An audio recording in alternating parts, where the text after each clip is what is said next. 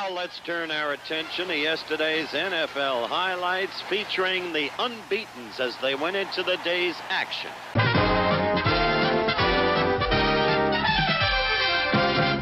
That's Larry Smith, once of Florida. And Howard's talents at doing the halftime highlights were immeasurable. He would have no script with him whatsoever, except for a shot sheet to say this person ran the ball or caught the ball for X number of yards and it made the score Y. Everything else that was said during the period of this piece was strictly off the top of Howard's head. Led by that man, number 32, O.J. Simpson, throwing to Mel Gray, the youngster from Missouri University. Mean Joe Green comes in and hits. What a ball game this was. This is Mac Harris. Look at him sneak through. Touchdown. Namath whispering to the center, John Schmidt. Schmidt didn't hear him. Confusion, despair, defeat. Halftime highlights took on a life of their own. Of course, everybody blamed Howard for what was on halftime highlights. It was never Howard's decision. It was the producer's decision at the time. I mean, we actually had people threatening, our lives. And so Chet Forte and I always used to tell everybody in the press that it was Howard that picked the halftime highlights because we figured, if somebody was going to get popped, it might as well be Howard. And so Howard's way of getting back was on the air saying, the NFL highlights of key games yesterday as selected by the show's producers. There were, I think, people who tuned in Monday Night Football because they hated Howard. Because they wanted to hear what he said so that they could yell what the television said. Those Monday Night Football crowds, some of them in some cities, they were animals. Sometimes he would have FBI protection. And I used to watch those games just to make sure some lunatic wasn't there with an Uzi or an AK-47 shooting up the booth. I wanted to make sure that my father got through those 4+ hours every Monday night.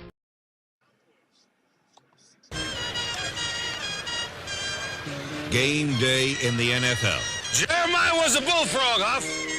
For every man who has ever coached, these next few hours of suffering and celebration are what make life worth living. Joy to the world. Joy. Watch the screen. Watch reversal. Pass. Flea flicker. Watch everything. Douglas. Douglas. Come on, boy. Take it. Come on, boy. Take it. Take it. Jeremiah was a bullfrog.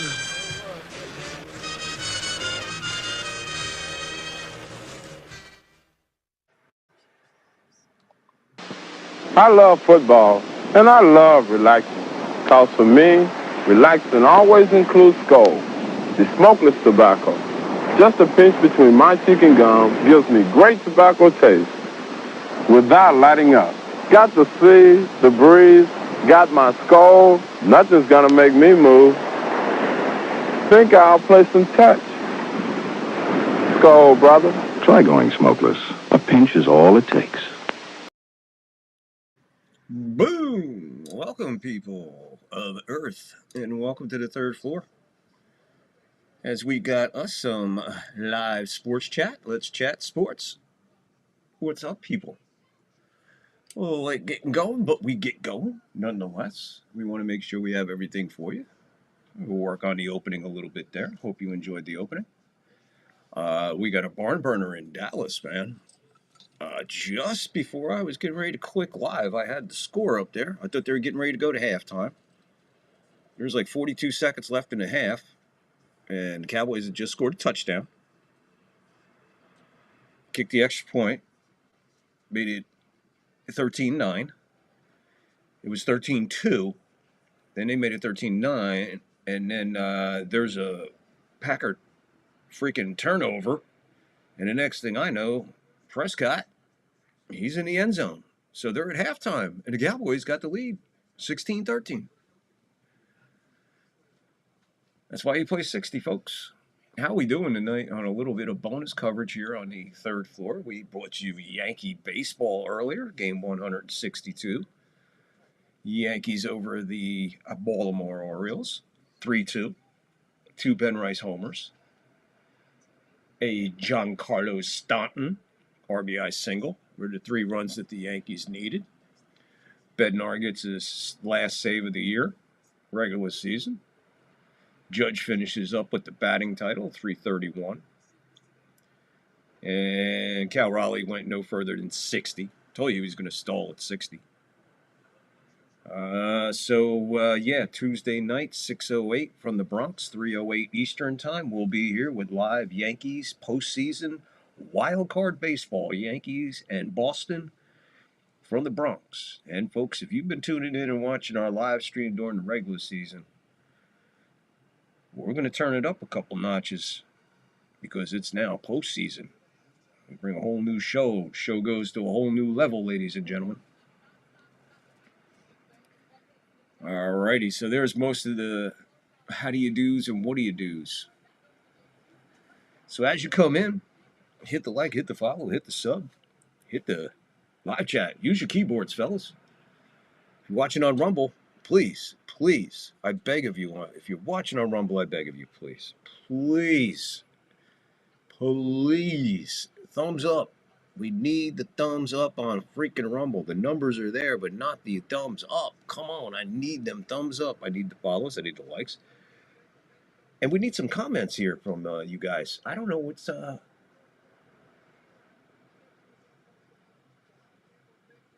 let's see. Let's see go get in the live chat. Okay. So I misspelled that. I didn't misspell it. I just hit the fucking other thing. I just messed up when I was hitting the thing there. Arizona.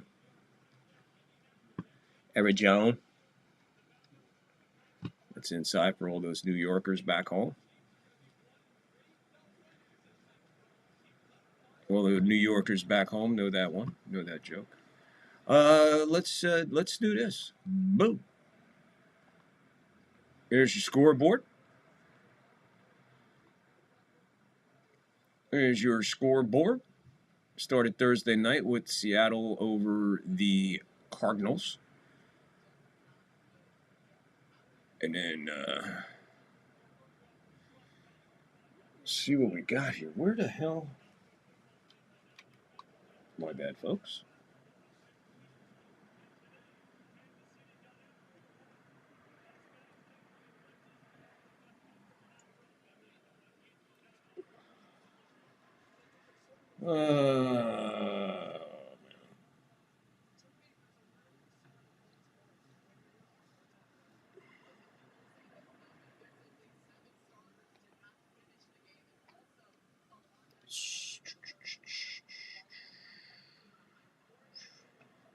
Boom, boom, boom, boom, boom, boom, boom. Vikings. All right, let's see what we got here. First of all, we know that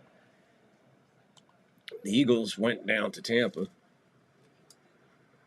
and they beat Tampa. Tampa falls to 3-1. That's okay. It's okay.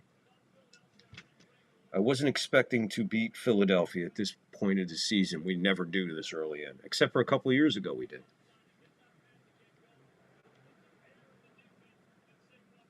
Yeah, the Eagles took us out 31-25. I know it was 31-23 the last I seen it. I guess Eagles took a safety. Whatever. Do what you got to do there, Philly. You're not as strong as you were last year. Kansas City's not as strong as they were last year. They got some issues. They squeaked one out today. I know, I'm being facetious. They did some damage to the Ravens, and the way the Ravens are playing, wow, man, Ravens look like. What is with Travis? I mean, is Henry even playing this year? Did I hear that right? In the first half, he only had 4 carries in the first half. What's going on in Baltimore, man? They're flatter than flat, man.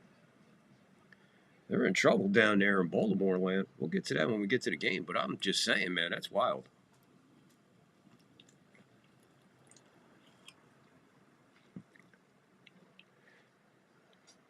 Certain teams that you expect to maybe get off to a little bit of a slow start and then pick it up. But now you're talking 1-3 in a tough division of the North. It's wide open now. The North is wide open. So the Eagles knock off the Bucks 31-25. Then we go out to across the ocean, across the pond, all the way to Dublin, Ireland. As we go to the Minnesota Vikings, Pittsburgh Steelers getting the home credit here. Now, what happens? From what I understand, somehow they put into perspective how much revenue each team is losing, put it in a pool and give it to them. Personally, I don't think we need international games. Maybe 1 a year, 2 a year, that's good.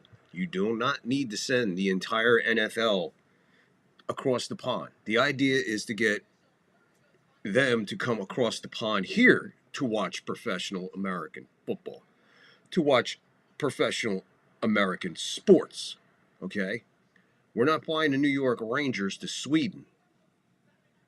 We're not flying the Yankees to Japan to play baseball in Japan, okay? Why do you think it's okay for football, which has a very limited schedule of only 17 games a year, to go to the other side of the world? Let them come over here, okay? And as crazy and as stupid as the world is today, I don't think as an owner I don't think I want $1 billion flying in the air that long across the ocean to a fucking unsettling European nation. Just saying. Minnesota dropped another one to the Steelers, but the Steelers are going to be like this all year long. The Steelers are going to be pesky as a mother, man. They just are. They knock off the Vikings in Dublin, 24-21. Then we go on to another game that was pretty brutal. Saints go up to Buffalo. We already knew this was going to get ugly. We knew this was going to get ugly. Let's check in on see what the stats were. So Rattler for the Saints was 18 for 27 with 126 yards, a touchdown. He was sacked 3 times. Meanwhile, Josh Allen was 16 for 22, 209 yards, 2 touchdowns, an interception, 3 sacks. James Cook ran 22 times for 117 yards and a touchdown. He had a long of 15. Allen took off for 7 times, 45 yards and a touchdown. And he had a scramble of 27. Shakir had 5 for 69 and a touchdown. Coleman had 3 for 45. And Kincaid had 1 for 28 and a touchdown. So the Bills not having much issues this year with anything as far as the offense is concerned or the defense. They're going to be a tough out, as they are every year. The Buffalo Bills playing it tough, man. Saints, well, Saints are in a whole lot of trouble, man. They got a bunch of holes to fill. It's going to be a while before we see them back in contention. In a game, I just didn't see it like this. You know, to be honest with you, the Titans get blanked by the Texans, 26-0 down in Texas. Down there in Houston. I told you Houston this was a must win for the Texans. We took the Titans because they were getting 7.5. I figured they'd be in the ball game. I figured they could cover 7.5 against the Texans who were struggling. But 26-0. I guess they didn't struggle that much. Then we go to a game I pretty much knew was going to be where we were heading with this one. This one got ugly early. Browns in Detroit. Detroit beats them 34-10. Flacco was 16 for 34 for 184 yards, no touchdowns, 2 interceptions, 3 sacks. Gabriel 0 for 1. Jukins 21 carries, 82 yards, a touchdown. Long was 11. No running game after that. After that, you had Fanning for 1 yard. Flacco for -1. Ford for -1. Sampson for -2. So if I add that up correctly, that's 83, that's 82, that's 81. That's 79 yards rushing. Bond, 3 catches, 58 yards, no touchdowns. Judy, 3 3 receptions, 48 yards, no touchdowns. And Jukins 4 catches, 33 yards, no touchdowns. And the Browns are flat. Jeff Goff, 16 for 27, 168, 2 touchdowns, an interception, no sacks. Gibbs, 15 carries, 91 yards, a touchdown. 24 yards was his long. Montgomery got 9 carries for 12 yards. St. Brown had 7 catches for 70 yards. 2 touchdowns for St. Brown. Williams, 2 for 40. Laporta, 3 for 39.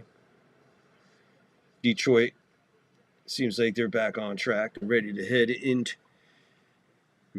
put a smacking on the NFC North, especially with the Packers playing the way they are. These Packers are like a Mr. Hyde and Dr. Jekyll and Mr. Hyde here. Not sure what we're getting each week. Hey, Lockport, John the Beagle Dad, what's up, guys? Sorry I'm late on the chat. Just out of corner of my eye. I've been over here ranting. Welcome in, guys. Thank you so much. Hey, Lockport, great win today for your boys. I just finished covering the Bills. I hope you heard me cover the Bills pretty good. And John the Beagle Dad up late. Glad you're here, John. John, how you doing? John, I should be on tomorrow night on NY Mania. A couple people in the chat asked me to be on that. Asked me to come on during the show. I told them it's not up to me. That's not up to me. That's not my call. That's not my show. But I appreciate that support over there. NY Mania, New York, NY Yankees Mania. It's in the description, guys. Go over there. You'll see it. Joe. Maggio.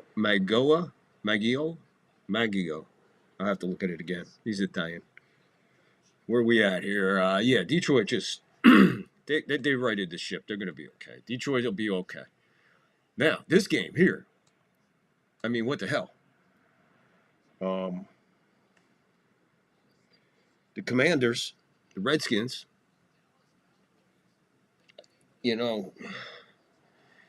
first of all, let's get the name back together. All right? When are we going to change it? Next year? Let's get these Redskins back on track with who they are so they can identify themselves. But anyway, I did not see this coming. The Falcons got blanked by Carolina. So if you're coming into this game as a betting man and you're looking at a team that just got blanked by Carolina and you got a team like the Redskins on the other side, you'll be like me. You'll take the Redskins, give the points and everything. But lo and behold, Falcons decided to play football today. And they turned back the Redskins 34-27. Now, I've been with the Yankees all day, and then I watched a little bit of football, took a breath of fresh air in between, too. Got something to eat and stuff, so I have not seen any highlights, and then I jumped right in to try to get this show produced and up and running, highlights and all that other stuff, working opening. So I haven't seen any of these highlights, but I want to take a peek at the stats on this game. For the Redskins, Mariota was 16 for 20. Was everybody 16 for 27 today? It's like every game I go to, the quarterback, 16 for 27. So there you go. Mariota, 16 for 27. 156, 2 touchdowns, an interception, and sacked twice. Rodriguez had 7 carries, 59 yards. Krosky, 7 carries, 47 yards. Mariota carried the ball twice for 20. Samuel, 6 catches, 72 yards, and a touchdown. Ertz, 2 catches, 21 yards. McCaffrey, 2 catches, 21 yards, and a touchdown. Penix for the Falcons was 20 for 26.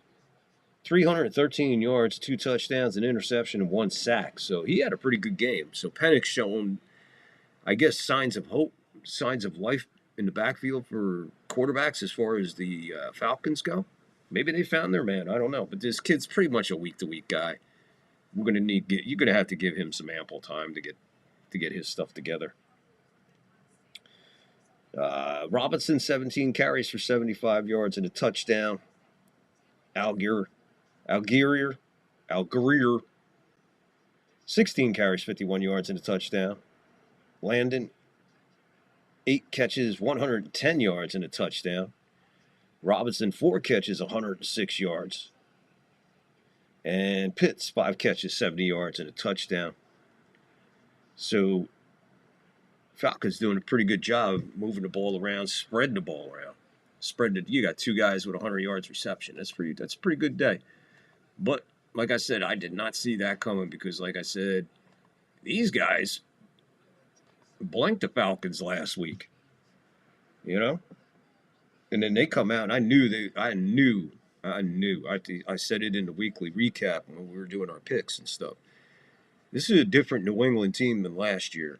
I mean, they showed signs of good football last year. Good defense, good offense, but it's got some bad breaks, some injuries. You know, a couple other things going on here and there, but it looks like they put it together in the offseason. So the Patriots might be back on track, at least to cause some stir, maybe ruffle some feathers there in the AFC East. It's wide open now. I mean, the Jets are done already. Where are the Jets going? Bills are on their way, so that leaves it right there. The door's wide open for the Patriots to move in. So the Patriots, and they put 42 points on the board today against Carolina, and Carolina blanked the Falcons last week, 30-0. How you doing? So Carolina put 30 on the board last week. This week they put 13, but they get whacked 42-13. Let's take a peek at these numbers. For Carolina, Young was 18 for 30 for 150 yards, a touchdown, and a sack. Dalton, 5 for 6, 58 yards, and a touchdown. Rushing the ball, Hubbard, 10 carries for 49 yards. ETN, 7 carries for 33 yards. So not much going on there. McMillan, 4 catches for 62 yards. Tremble, 5 catches for 42 yards and a touchdown. So there you go. Not much happening for the Panthers. On the other side of the ball, the Patriots, May was 14 for 27 for 203 yards, 2 touchdowns, no interceptions, and 1 sack. So this May, who I have on a couple of my fantasy football teams, I like this kid May. He was a good pick, and he's showing signs this year, if anything, maturity. And his ability to learn and make adjustments because he's a different quarterback right now. I know we're only 4 weeks in, but Patriots are showing signs of greatness. Stevens, 9 carries, 38 yards. Henderson, 7 carries, 32 yards and a touchdown. Gibson, 6 carries, 27 yards and a touchdown. And May, 3 carries, 11 yards and a touchdown. So 3 touchdowns coming on the ground. Diggs was 6 for 101, no touchdowns. Henry was 2 for 39 with a touchdown. And Hollins hauled 1 in for 4 for a touchdown. So not a bad day of offense for the Patriots. Like I said, you know, this is a different team, man. They're going to be a lot better this year. They're going to cause some damage. And if anything, like I said, they might cause a little bit of a traffic jam in the AFC East. You know, that's how them feisty teams are. But this team looks like it has fight this year, so they might be ready to do it. And pretty much here's the surprise of the week. I mean, I didn't see this coming, and as a matter of fact, I got knocked out of my the elimination pool this week of one of my fantasies. I'm glad I got like 2 other eliminations going, but I'm out of that one. I was like, how in the hell are the Giants going to beat the Chargers? They figured out a way to beat them by 3 points, 21-18. Gutsy performance by the Giants. I only seen bits and pieces of this. I tuned in right after the Yankee game was over, and this game was pretty much, you know, a blur by then. Hebert was 23 for 41. He put the ball up 41 times and only 203 yards, a touchdown. 2 interceptions, 2 sacks. Not a good day for Hebert.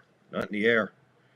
On the ground, different, but 12 carries for Hampton, 128 yards and a touchdown. His long was 54. He was able to run all over the Giants. Hebert, one scurry for 24 yards. Johnson, 8 catches, 98 yards and a touchdown. Keenan Allen, 5 catches, 37 yards. Hampton, 5 catches, 37 yards. I mean, there was nothing happening for the Chargers.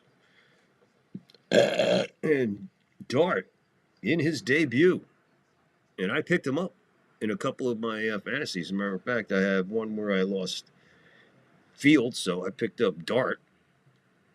13 for 20 in his debut, 111 yards, and he had a touchdown. He was sacked 5 times.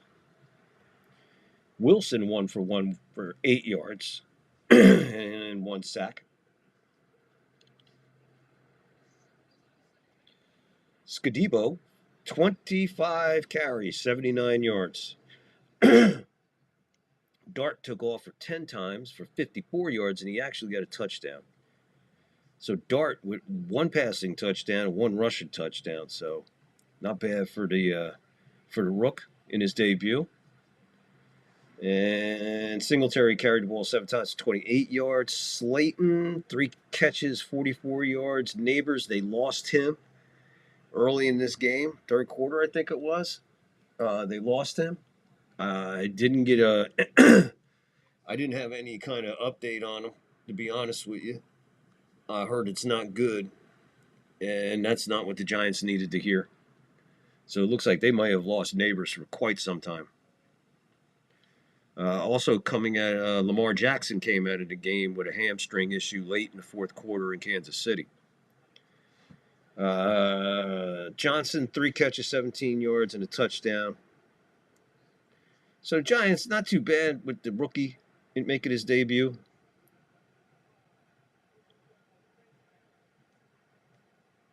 So you never know what to expect with these guys on these debuts when they come out. But this kid, maybe they found something here. Maybe they seen something. But you know the best part is that the Giants are not the Yankees, and they don't have Boone in charge. Because if Boone's seen this performance, he probably never would see the kid for the rest of the year. And that moves along. Okay, so the Giants knocking off the Chargers and giving some hope to the season. Better than the Jets. At least they put a W on the. At least they got it one in the win column before the Jets. That's all I could say. Now, this game I called, I told you, I thought that the 49ers were just too damn beat up. And this game right down the street here, about 45 minutes away. I mean, seriously. Incredible. I knew it was going to happen, but a little closer than I thought. And the Jags had this game a little bit better. So I haven't seen any highlights, so the score could be deceiving, but 26-21.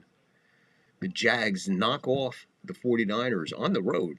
That's impressive. Jacksonville coming all the way here to Santa Clara and knock off the 49ers at home in Levi's Stadium. That's not easy to do. But they figured out a way how to do it today, 26-21. In another game, I kind of knew it was going to happen here. I thought it was just a little bit too much for the Colts to go handle the Rams in L.A. And I think I said if this game was the other way around, if L.A. was going to the Colts, I would have picked the Colts. I just picked the home team in this one because I thought this was a home team game. And sure enough, I think I was right. 27-20, the Rams knock off the Colts in L.A. We'll take a look at the stats because this game looks close. I don't know how close this game was.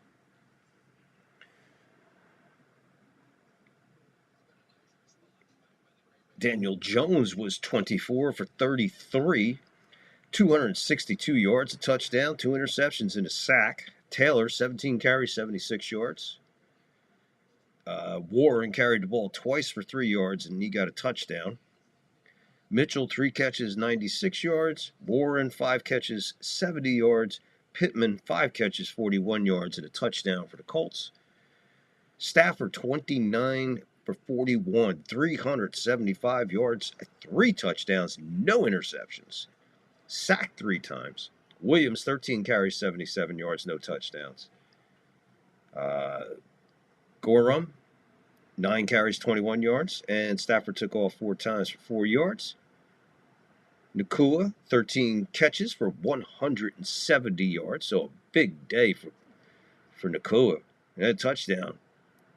So Stafford and Nacua having a big day. 13 catches, added to 29. Atwell, 1 for 88 and a touchdown. Wow, a bomb for 88 yards. Jeez. Adams, 4 catches, 56 yards, touchdown. And Higbee, 2 for 25. Not a bad day, man, for Stafford. Hooking up big and deep. So that game looks like it got blown open on a big bomb there. Probably check out all these highlights later and see what's going on there. But yeah, I just thought too much for the Colts to go to LA and knock off LA. LA is just too hot right now. Another game I called, I pretty much thought it'd be good. Good road trip for the Bears to go on to Vegas. And they do not disappoint. They beat the Raiders by a point, 25-24. But nonetheless, a road win for the Bears. And the Bears stay tough. But like I said, the way the Packers are playing. And Minnesota, you don't know who's going to play. You just don't know what team's showing up for Minnesota this year. So they're going to be one of them kind of teams this year. We can just, just play the odds. But yeah, let's take a quick look at the stats on this one. Williams for the Bears, 22 for 37, 212 yards. Touchdown, interception, and a sack. Swift, 14 carries, 38 yards and a touchdown. Odunze, 4 catches, 69 yards and a touchdown. Kmet, 3 catches, 46 yards. And Zach Hose, 5 catches, 41 yards for the Bears. That's enough to get them by. Geno Smith was 14 for 21, 117 yards, 2 touchdowns, 3 interceptions. So it sounds like the turnovers got the best of the Raiders today, and it sounded like the Bears must have capitalized on them. Gentry, he had 21 carries for 138 yards and 1 touchdown, all for naught, and he scampered 1 for 64. Mostert, 4 carries for 62. He had a long of 37. So the Raiders able to bust a couple big runs open on the Bears defense. But it still wound up losing by a point. Bowers, 5 catches for 46 yards. Myers, 4 catches for 30 yards. Gentry, 2 catches for 17 with 2 touchdowns. So that's where the Raiders got their offense from. And then we go to this game, and this is the game we spoke about briefly before, man. The Ravens go to Kansas City, and they were uncompetitive. They were uncompetitive, and halfway through the third quarter, they were down 6 defensive starters. And when you go down 6 defensive starters on the road in Kansas City, the result is 37-20, a shellacking. And believe me, that was kind of of the Chiefs to only be 37-20 at that point. Because they were walking, and what was left of the Ravens defense just tried to hang on best they could. And Patrick Mahomes becomes the youngest quarterback in NFL history to throw 250 touchdown passes. Wow, big deal. Congratulations. Tomorrow night, the Jets are at the Dolphins at 4:15 Pacific time, 7:15 Eastern, and the doubleheader game. The second game, the Bengals are in Denver at 5:15 Pacific time, 8:15 Eastern time. I'm not paying ESPN a freaking dime to watch either game. So I either find my antenna for ABC or we just come on here and talk and have a good one. Let's get you a live update right now as I slowly turn to my right. The Packers have the ball at the Dallas 6-inch line. It is first and goal first and goal, 8 minutes, 32 seconds, and clicking. They got the ball back at 6 now. So there must have been a penalty on that play. Like I said, I just turned around to see what's going on. So they take the first and goal on a handoff dead up the middle. Big, giant scrum pile of humanity just laying at the 3-yard line. Somewhere under there is the guy with the ball. Let's see where they marked this. Let's see if they can find the guy who had the ball under all that pile of humanity. 2nd and goal. 8 minutes to go, 3rd quarter. Dallas up 16-13, capitalizing with 2 quick touchdowns to close out the half.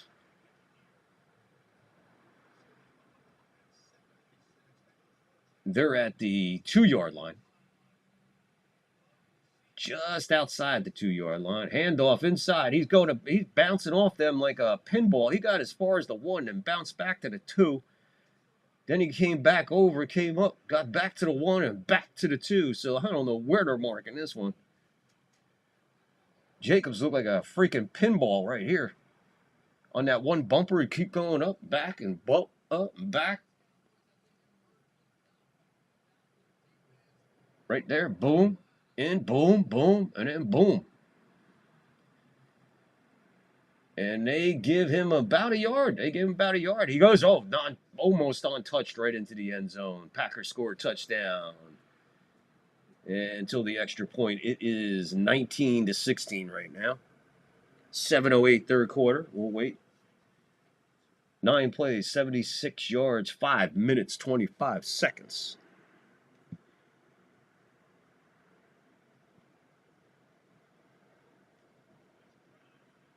So there you go, live update to the 2nd. They're lining up for the extra point. We'll get back to this Ravens and Chiefs breakdown in a minute.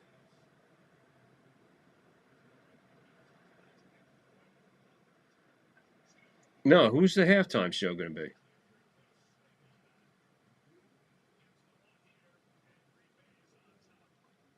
I'm sorry, John. I was doing something. I just got just read your comment, man. I did not hear who the halftime show is. All I see is the word disgusting. So I can imagine it must be. I guess we're in for another rap. Must be another rapper coming to the show for halftime. Look, give it up on the halftime show. Enough with the fucking trying to be cool. It ain't cutting it. That's the one thing that the NFL cannot pull off. The NFL cannot pull off a fucking halftime show for the Super Bowl. They just can't. They can't do it. Hey, they got lucky. They hit a home run when Prince did it. That was it. Other than Prince, forget about it. Everybody else sucked. And I mean that. Everybody sucked. No, John, I did not see who the halftime show is, but if you say it's disgusting, I'm going to agree with you. Beagle Dad, because you're rarely wrong. Let's go, Yankees.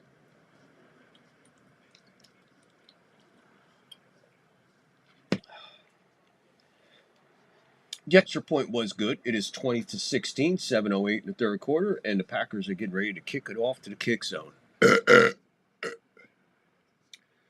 So,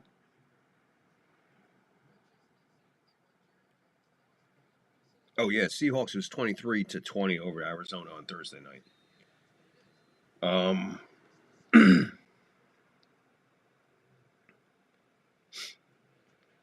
So we take a look at Week 5. What's in store for next week? Week 5.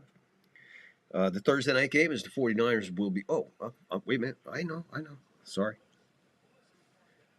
The Kansas City Chiefs just look really good right now. Looks like Mahomes is clicking.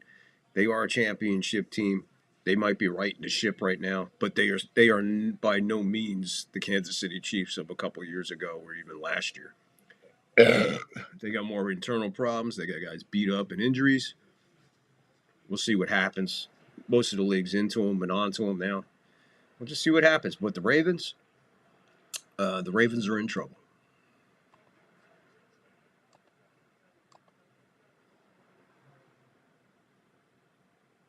It'll be 1st and 10 for the Cowboys with 7:07 to go in the 3rd. And they got the ball at the 20. Their own 20. Thursday night game is 49ers at the Rams, and we have an early line of -3 Rams. Tampa Bay goes to Seattle, the battle of the expansion teams. Early line is the Seahawks -2.5, which I expect because they're a home team there. Vikings at the Browns, another international game. So I guess the Vikings are just staying in London. See, this is what I mean. This ain't fair to the Vikings. that they're on another continent for 2 weeks. I'm sorry, NFL. This is bullshit, man. I didn't realize that. So you got the Vikings staying in another country for 2 weeks.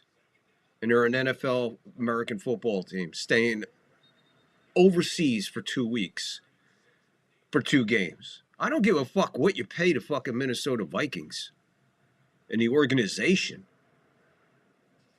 This is not fair to the fans.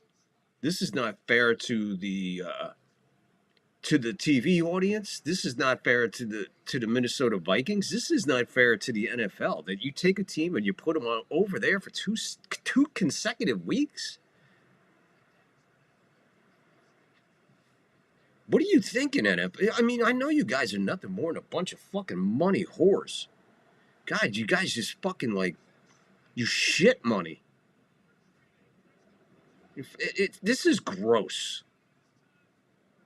So, another international game for Minnesota. Minnesota's, that's not even fair to their families, to be honest with you. That's just not right. And that must cost an awful lot of fucking money to house a professional football team for 2 fucking weeks in Europe. Especially when you got to move them from Ireland to London. This is fucking bullshit, man. If I was the Minnesota Vikings, I'd be fucking livid. And I wouldn't let it happen as an owner. The NFL came to me and said, your team's going to fucking Europe. I'd say, you know what? Scratch it as a forfeit. We're not going. I don't give a fuck. We're not going.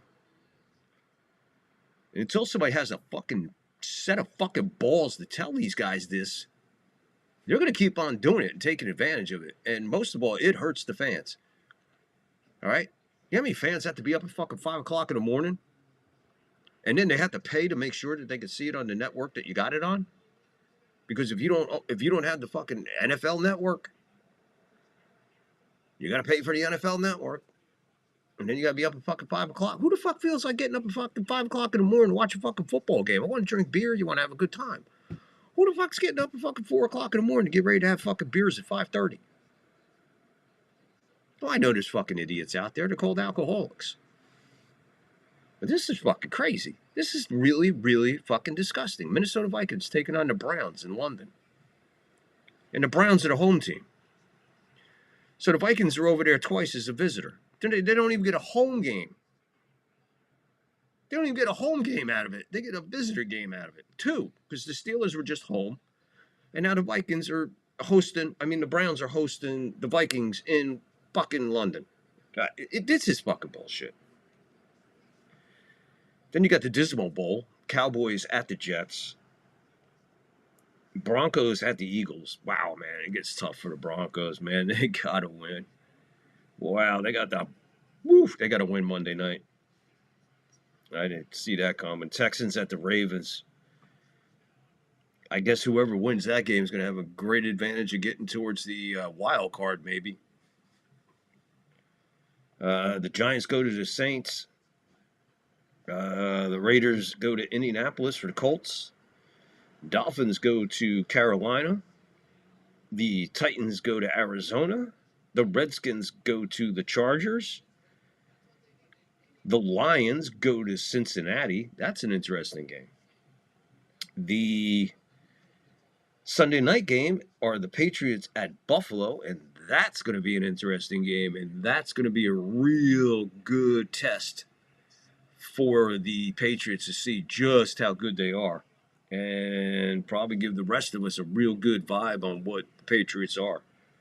So the Patriots at the Bills next Sunday night, and then next Monday night, the Jaguars are back on Monday Night Football with a home game, and they host the Chiefs. That's how they got the home game, because the Chiefs are on the road in Jacksonville. Nice move, NFL. You can't even give Jacksonville a break, right? Yeah. That's the only reason that's a Monday night game is because it's a fucking Chief game. So the Chiefs take on the Jags in Jacksonville on Monday Night Football. And also, Week 5 starts the bye weeks. Your first set of teams for the bye week in Week 5 are Atlanta, Chicago, Green Bay is going to need it after this game, and the Pittsburgh Steelers, who are coming back from across the pond. So I see what they did there. They send them over there to give them a game. And when they bring them back, they make sure they got the bye week. So that means that the Vikings should have a bye week on week 6, right? Yeah, they do. As a matter of fact, Houston and Minnesota are the only 2 teams that have a bye that on week 6. So I think there you go. Rangers Islanders tomorrow night. And let's see, Boston at the Yankees is not an official time yet. Yeah, no official time on that. Let me check Major League Baseball here. Today is, what's today? 28th. You got the Red Sox at the Yankees to be announced. Tigers at Cleveland to be announced. I already know the Padres and Cubs is at 3:08. And then it'll be Detroit and the Guardians.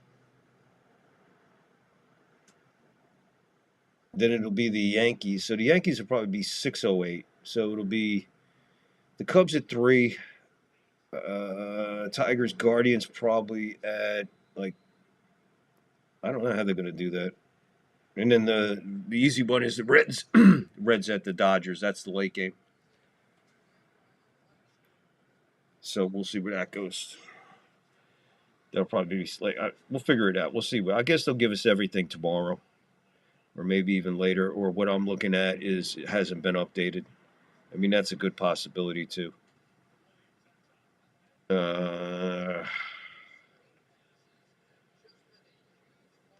This just says it's set.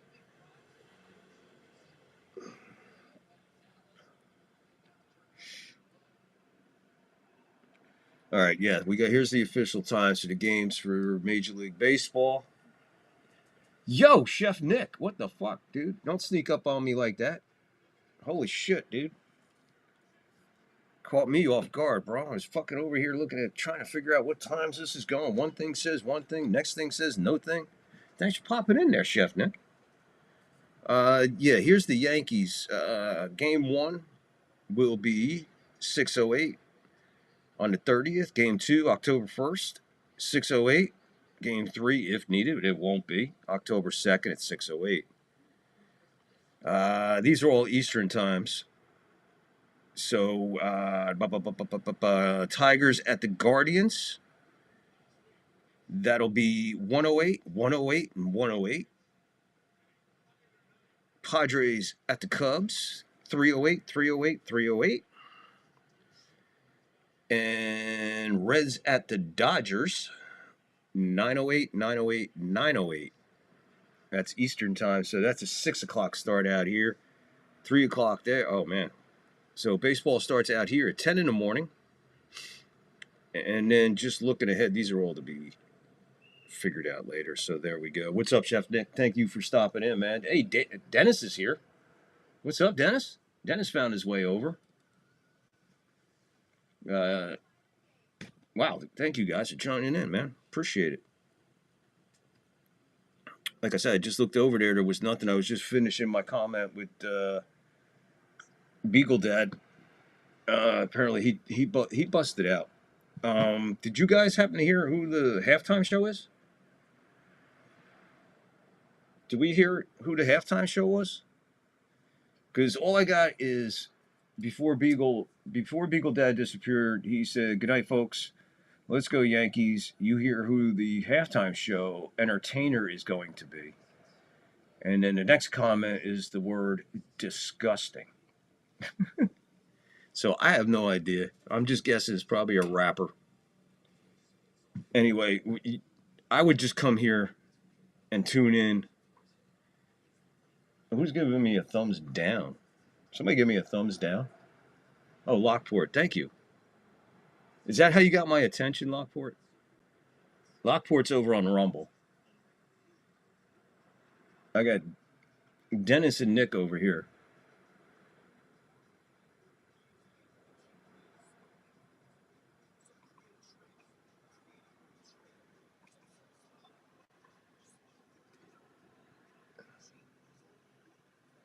Wow, it's cool. I got my first thumbs down on Rumble. I don't know who gave it to me. Cool. At least you were here to give me a thumbs down. Shows that somebody was here. Anyway, just got finished wrapping up everything from this week, breaking it down there. So what we usually do now that it is, like I said, live sports chat, let's chat sports, we just leave it open, man. Anything you want to talk about? Let's get it on. Bad Bunny is the singer.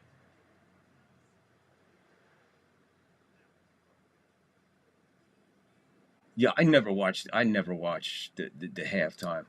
I never watch halftime. It's never worth watching fucking halftime. It ain't nothing but a bunch of fucking tits and fucking ass and silicone bouncing all over the fucking place and women with plastic faces and tits. It's a fucking joke. Non-rhythm. All they do is the same thing. Shake their tits, shake their ass, bang, bang, bang, boom, boom, boom. All right, clear the field. Let's play some football. It's fucking gross. I'd rather see, you know what I'd rather see at halftime you know what I'd like to see the NFL do for once instead of fucking paying somebody that nobody really gives a fuck about seeing? How about showcasing some of the greatest fucking marching bands?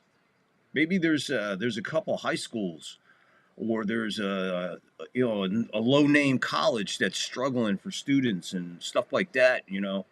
Maybe showcase them at halftime. Get them on the field. The marching bands of days of old fucking forming a big giant fucking triangle. What they should do is they get a big marching band out there and just form a big giant cock on the fucking field and say, hey, NFL, fucking suck it. Minnesota and fucking Europe for 2 fucking straight weeks? What are we doing here? Or what they should have for halftime is maybe they should have a fucking stand-up comic come out. Tell some fucking dick jokes for fucking 25 minutes. That would go over, right? What's the difference between a comedian coming out at halftime telling dick jokes or you're staring at a screen where every woman's tits and ass are hanging out, right? And every guy kind of walks like he's got baloney in his shoes. I mean, that's not entertainment for fucking... Who watches this shit? You can't tell me there's no way the crowd at the game is watching it. There's no way, because everybody's just fleeing to piss, fleeing to shit, fleeing to get something to drink or eat. I mean, you flee at halftime because you know you only got a certain amount of time before you leave your seat to get back in your seat before the game. Even though the halftime show is, 25 minutes? Or I think it's 22 minutes and then it's 7 minutes. I think it's 22 minutes. Something like 22 minutes and then 6 minutes to break everything down. It's something like that. It's how they do it. The schedule's crazy. They cut it right down to the wire. Oh, man. This is your element, Nick? Oh, Nick, what we're going to do here, while I got you here, now that you found me here, I've got to give you my personal phone number. I'll give you, if I can get on tomorrow night during that round table, after everybody's, all the Susans and Joneses come on and everything like that. We get down to the series talk and towards the end of the show, when I come on there, and then when we get in today, I love the after party, Nick. Can we, let me ask you a question. When Joe leaves the after party and we're still on the screen, can we still hang there and talk? Or do we just automatically get bumped off because he ended the stream or he ended the after party? Just curious. But I'll give you my number. But I got something I want to work out. Got a kind of a show idea, and I think you'd be a perfect sidekick for it.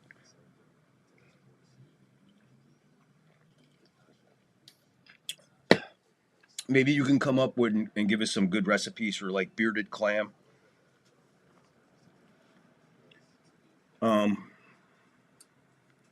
So where was I? Oh yeah, fucking ranting and raving about halftime in the fucking Super Bowl.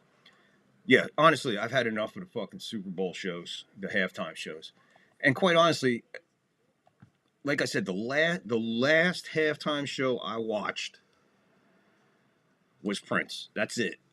I think that's the last one I watched, man. I didn't even watch Springsteen. He started singing, and I'm like, this is fucking bullshit. I can't stand this. What the fuck is Springsteen doing at a halftime football game? I mean, a halftime show for a football game. Bruce Springsteen. Tom Petty wasn't bad, but I don't remember. Who came first, the chicken or the egg? No, who performed first? Was it Prince perform before Petty, or did Petty perform before Prince? I think Tom Petty might have been, 2 years or 3 years before Prince? God, I don't even remember.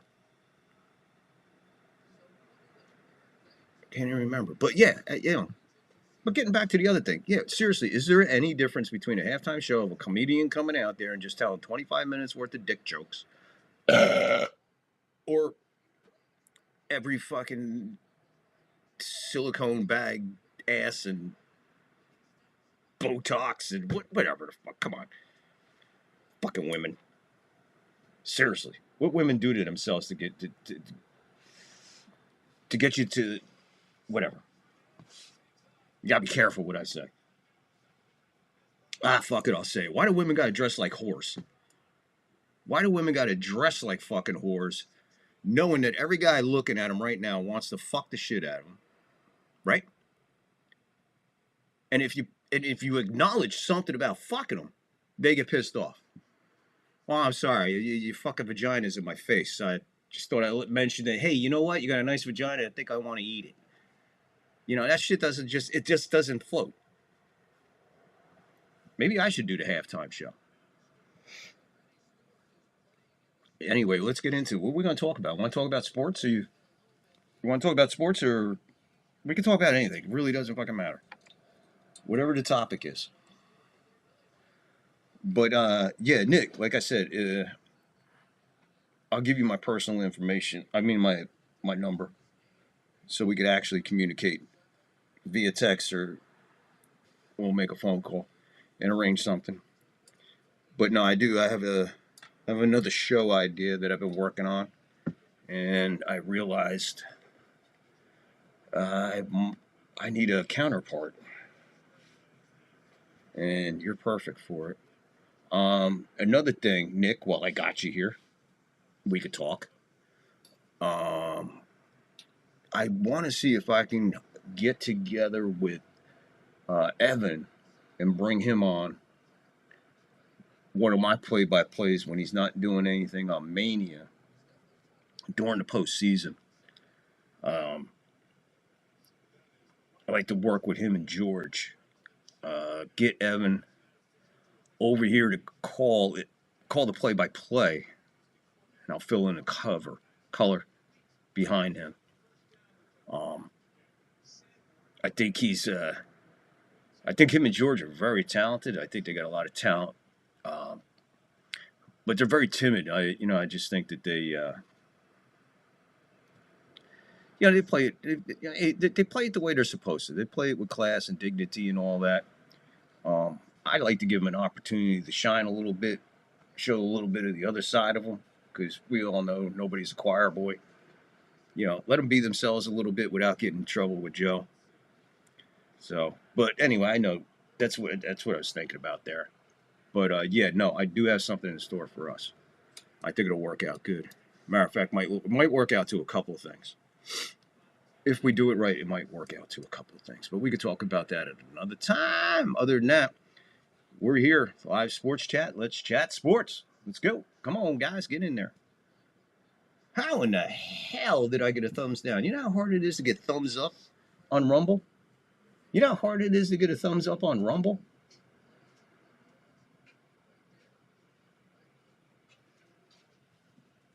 Somehow I managed to get a thumbs down tonight, and I couldn't be happier. This is awesome. I got a thumbs down. Hey, Lockport, are you still over on Rumble? Lockport's one of my moderators and one of my oldest friends here as far as the streaming world goes, guys. Dennis, Nick, you might see Lockport pop in over there, or Angus pop in over there on the YouTube chat. Those guys are really cool friends of mine. Both of them are from we met in the basement. That's a whole nother story. But Lockport is from Buffalo.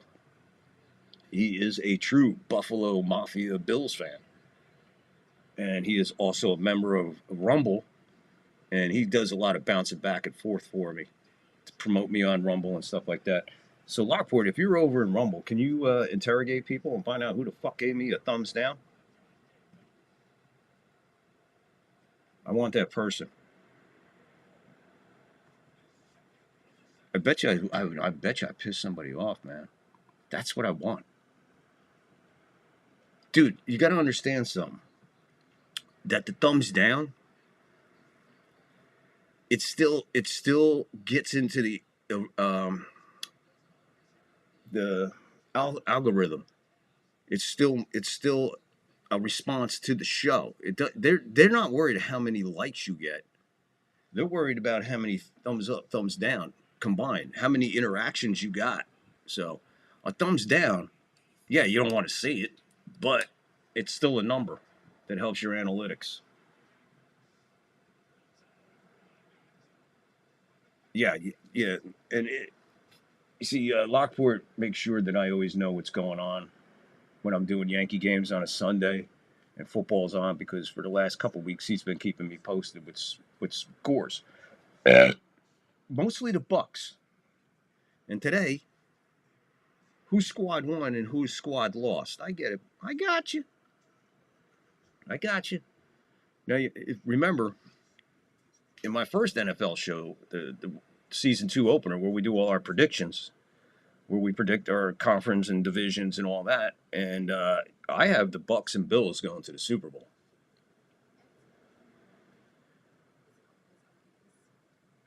Yeah, they're both good kids, Dennis. Absolutely, but won't loosen up. Let me ask you this, Dennis. You think if I brought them over here, just for a show or two, you think they'd open up a little bit? I know it doesn't tell you who thumbs down. I'm just shocked. I'm just really, really shocked that I got a thumbs down. I don't care, though, because it's on Rumble, and anything that happens on Rumble it's a benefit to my algorithm over there. It's like my views on Rumble are off the freaking chart. I get a lot of views, and a lot of solid views, long, excuse me, a lot of long listening and watching views. But for some reason, and this happens a lot on other shows too, of small creators, Crowder doesn't have problems, or Via Fry doesn't have those problems, or Barry Cunningham doesn't have them, Ben Dykes doesn't have them. Comments, live chat comments, because they have the political shows that are constantly in motion, and a lot of people are tuning in because they're into that patriotic thing. So a lot of Rumble is still patriotic, which there's nothing wrong with it. But Rumble is also set up for gamers. So people who are gamers, and what I mean by that, you know how you go on a lot of these, even on YouTube, you go on there and there's a guy playing the game like all night, just sitting there live, and you're just looking at the screen. There's a lot of that on Rumble. So they grow. But the key thing on Rumble right now, and why I'm trying to get through to people about the Rumble thing, nobody on Rumble is doing play-by-play. Nobody on Rumble is doing sports. There's like 0 sports on Rumble like there is on YouTube. I'm the only one doing Yankee play-by-play on Rumble. I'm the only one doing my NFL Weekly on Rumble. There's a couple other shows out there, but they're nothing. They're corporate, and they're like 10, 15 minutes of just a video that was recorded. Nothing live like this on Rumble, as far as sports goes. Now, there are a couple of guys out there, dudes with belts. And, hey, to dudes with belts, I watch them. I like that Rocky Mountain wrestling that they're talking about. It's an independent league right there in Colorado. I dig it. It's got good talent. They got decent storylines. They're trying. They're young. Vince Russo was over there for a little while doing some commentary for him on TV to help him out a little bit. It's a really cool place. Now, those guys have their own unique thing, and it works. Which is cool. So this is something that has a major ability to just one day just absolutely explode on Rumble. And I literally can take off and be up there and making money. See, I'm not making money anywhere. I can't make money on YouTube till I get 500 fucking subscribers. That's a long fucking way away. I mean, I just hit 70 something, so I'm not even at 100 subscribers yet. So that dream of 500 for YouTube to make money, that's a long way away. That's why I do this. I'll tell you, Dave and Nick, I'll tell you why I do it. That's why I do this. That's why I put the Cash App and PayPal up. And I always say, hey, you want to help out the show and buy us a cup of coffee? Here's your opportunity, PayPal and Cash App. I can get donations personally through YouTube and Rumble and anywhere else. That's cool. But in order to get to that super chat for me to even give back to the people who are subscribing to me and believing in me early, they got a long fucking wait before I can reward them. It's a long wait before I can reward these people who are putting their time in and effort in to watch me and support me. That's because YouTube is completely fucked up with their algorithms and all this fucking. They got more fucking rules and laws. I've been taken down 4 or 5 times during a live stream of a Yankee game for playing a movie clip. I have to limit the movie clip for the 7th inning stretch clip. I have to limit that to about 2 minutes and 20 seconds. Any longer than that, then I'm getting into the game. When they're on the road, I have to do it to 1.5 minutes. I have to go to commercial. The reason I do that is because at Yankee Stadium during the 7th inning stretch, they're honoring a veteran. They do the veteran honor. They announce the guy, tell you, blah, blah, blah. Today, the guy was 102 years old, waving from his porch somewhere in Connecticut, 102 years old. And he had his 1923 New York Yankees shirt on. I had tears in my eyes watching this guy wave to people. 102 years old. The oldest surviving guy in the Air Corps from fucking World War II being honored in Yankee Stadium. And then they play Robert Merrill singing God Bless America. Then they go to commercial break. All that takes place in 2 minutes and about 2 minutes and 35 seconds. So when the Yankees are home and doing that, I keep the clip about 2 minutes. 2 minutes, 10 seconds. So I can ramble real quick about it and play it. Or ramble about it when we get back. They take me down. Because of whatever clip. They took me down the other day because of Heat. I played a clip from the movie Heat. They take me down. I played Judge's 50th home run. No problem. I played Judge's 51st home run the other night. I'm sorry, the 52nd home run the other night when he had 2. They took me down for that because it was a Yes Network thing. I don't know. But the same 2 highlights I played before that were from the same guy, the same place on X. You just turn around. You don't know what fucking YouTube's going to do to you. It's pathetic. It's absolutely disgusting and pathetic what they do to people. And what they did to people when the world exploded was even more fucking disgusting. Now, yeah, some of them people getting their accounts back and all that stuff, but they're basically starting from scratch to get remonetized and stuff. There's people on there making thousands. And then all of a sudden they ain't making nothing. They go over to Rumble. Now they're set on Rumble. Now YouTube wants them back. They're like, fuck you, YouTube. I'm not coming back to you. I'm going to stick to Rumble. Because everybody they had on YouTube went over to Rumble. So that's that in a nutshell. That's where we're at. Let me catch up on what you're saying here, Dave. I mean, Dennis, I'm sorry. I don't know where I got Dave. Oh, over here I got, never mind. I was looking at a thing I got here that says Dave on it. But sorry about that, Dennis. Let me catch up on what you say. Both good kids, but won't loosen up. What do you think? Like I asked you, let me keep going here. It doesn't tell you, we got that. I think they would open up, but not sure if Joe gonna love that idea. But I have no idea how you all work together. The problem with these shows dedicated to a team or play-by-plays is no idea after the season. Where do you go? With Channel, I notice most of Joe's lowest views are the interviews. I only listened to a couple of interviews, and I just think there's too much. There's probably just like too much chatter. In other words, when you're interviewing somebody, you gotta get to the heart of it quick, and then feed off a story. Get into a story, and then when the story's there, don't climax onto the story. Get to the next portion of the interview. The only way I could let you know, Dennis, is for me to interview somebody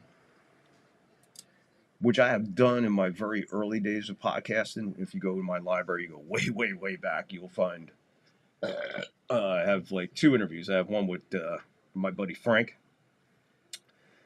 and then my other friend Juan. The one with Juan is a really good interview because we get kind of crazy, but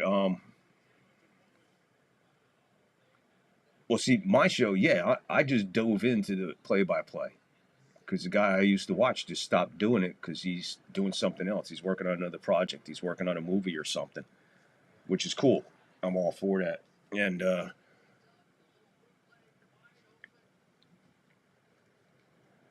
lost my train of thought there. But so yeah, but I have other shows, Dennis. I have a lot of shows. Because once the Yankee thing is over, they're going into the postseason. Once that ends, even if the Yankees get bounced, which they're not, they're going to go straight through and win the World Series. So I'll be taking the Yankees all the way through to the end of the World Series. When the World Series is over, I pick up with football. I pick up right with my football show because I already got a football show established. The NFL Weekly Recap and Picks. I could do that. I also have a NFL history show, which I left off when last year ended. And I'll just pick that up again right where I left off. Also have a news show dedicated for Rumble. And now I got a couple other ideas. That's why I'm trying to get a hold of Nick, Chef Nick here. Pitch the idea to him, see if he's interested in doing it. Just because you're on a channel doesn't mean that, you know, nobody signs any contracts around here on any channel or anything like that. I get what you're saying. There's loyalty and stuff like that, but the more exposure you get, you know, the better it is for you. And George being a very young kid at 15, I feel it. And the passion and the way he delivers is really cool. And it's almost to the point where he has such a unique flow, and he's already establishing his niche, how he's going to carry himself, how he's going to talk and pronounce, and what he's going to do. And he's passionate. He gets into it, and he's talking like he is talking to 1,000 people. Like he's talking to 1 million people. And when you do that on here, hey man, you're halfway home. If you could do that, you're halfway home. But if you have problems talking in front of people, this ain't the place, because what you'll do one day, you'll look down and you'll see, like, 10, 15 watching right now. What do I got watching right now?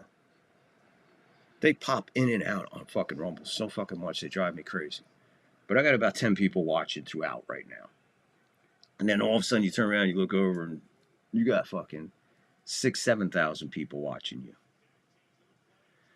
I started watching Barry Cunningham, Fanfare, when he started covering Trump, especially after the assassination attempt. I watched him every day because he gave the best report on it. And I remember his descriptions, or how many people were watching. And there was like 300 people watching, 400 people. And then after like 2 weeks, the man was up to 1,000 people. Now he gets 7,000, 8,000, 10,000 people a show. It's fast, man. I don't know how it grows like that or how fast it grows like that, but it's all an algorithm. It's all liking, sharing, following, subbing. That's the most important part. The subbing and the liking and the following and the sharing. That's what makes us. So Rumble, come on, man. Let's go. You heard that speech. I just gave it to you, man. I love Rumble. I want Rumble to be absolutely annihilate YouTube. I want YouTube to be like the one we worry about if it didn't get connected.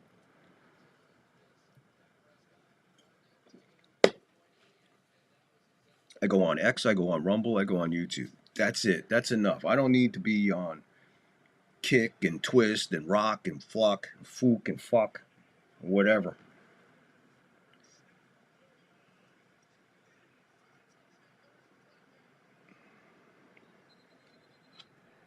Yeah, I really like him too, and I'm hoping he keeps growing. But wondering after the Yanks are done, if it slows down there. It's all a matter of how he leads up towards the end of the Yankees season, what he produces. For me, it's a simple, Thank you for tuning in for all year long with the Yankees play-by-play. Can't wait till we do it next year for our second season. We're growing, we're learning a lot, so hopefully we come back next year with a bigger audience and a bigger crowd, more activity. But until then, we'll see you tomorrow with the NFL Weekly, blah, blah, blah, blah, blah, or I'll see you. I'm coming right back. It's not, you got to give them something to hold on to keep listening to you to the end. And then once the end's there, you got to keep them to go and keep it on going. So about 3 or 4 weeks, well, not 3, yeah, well, let's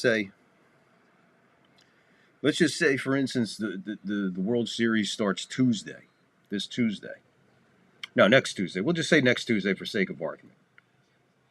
Today's Sunday, right? So not this Tuesday coming. The following Tuesday is the start of the World Series. That Wednesday, no, today I would start promoting my next show after the World Series ends. 8 days before the first show, and then you got probably 7 more if the game goes 7. So you're putting almost 15 to 17 days of, we got this coming up, we got this coming up, we got this coming up, we got this coming up after the World Series, after the World Series, after the World Series. So you keep hearing that. You'll hear that 18 freaking times if you tune in every day. So you're set. But if you got somebody that just comes in every other day or once in a while, you still got to make sure they get that message. So that you got to start repeating the same message for, like I said, a good 17, 18 days before you do it. I think maybe it'll slow down. But again, it all depends. And, you know, he's got a driving force, and he's got a very special person in Niven. I mean, I wish Niven if Niven was doing that for me, I'd be doing pretty good right now. I can almost guarantee right now I'd be doing pretty damn good if I had Niven working the way he does. Now, I don't know how they work out the interviews.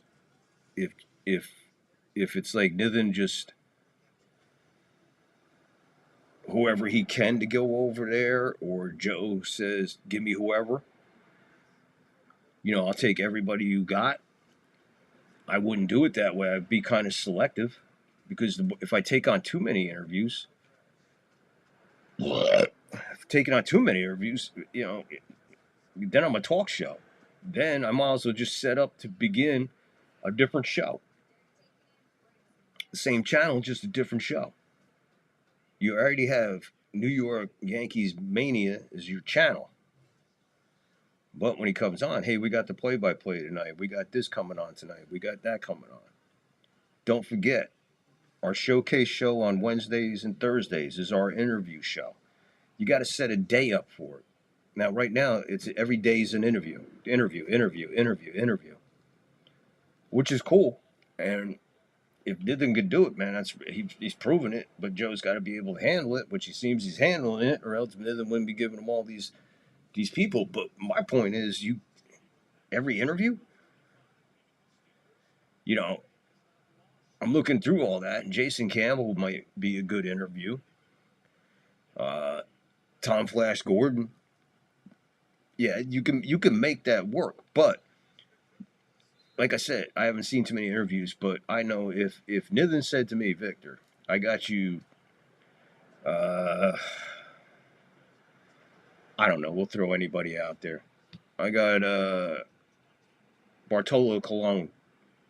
You're going to get an interview with Bartolo Colon. All right, he's coming on my show? Yeah, all right. We're going to interview him? Yeah, all right.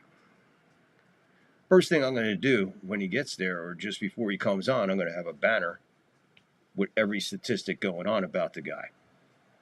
His name, his birthplace, you know, his birthday, his birthplace, his height, his weight, throws right, bats left, whatever, blah, war number 20, boom, boom, boom, boom, played for blah, blah, blah, boom, went to blah, blah, blah, boom, college. Here's his, you know, and then I'd have his career numbers. So you're giving a guy like, wow, all right, you put something into this. So you know, they're coming into the interview and they're already seeing a banner rolling at the bottom or a banner rolling at the top that says, you know, what this guy has done and what he's accomplished, you know. like that, you know. You're sitting here interview, blah, blah, blah, blah. Meanwhile, his numbers and everything, his life is above him. I mean, that's how I would handle interviews. I'd probably find like maybe a couple pictures of the guy. Probably, you know, have a couple pictures of the guy and say, hey, you know, boom. You remember this picture when you were in college or blah, blah, blah? Or, I mean, that's just me, Dennis. That's how I work. That's how I think about it. That's how I approach it. That's how I'm going to approach it. But right now, I don't have those opportunities that Joe does. And trust me, man, I love Joe, and I love watching Joe, man. That is such a zen place to be. And I learn a lot, you know, and the chat's intelligent. So, you know, Joe's an inspiration for me. Joe, you know, Joe sets the example. Joe sets the bar, right? Joe's reached 500 subscribers, 505, 510, whatever it is. He's doing something right. He's doing something right. And he's kind enough to believe and trust in me to bring him on his show, which is super cool. You don't have a lot of creators allowing people on their show. I do a show once in a while with a dude from the Strike Zone. You know, Katie and all them, they know that because they go over there. John, the Beagle Dad, he's over there too. You know, it's weird how I noticed in the chat, almost all these people, they're all on the same shows I watch. They're on NY Yankee Mania. They're on the Strike Zone.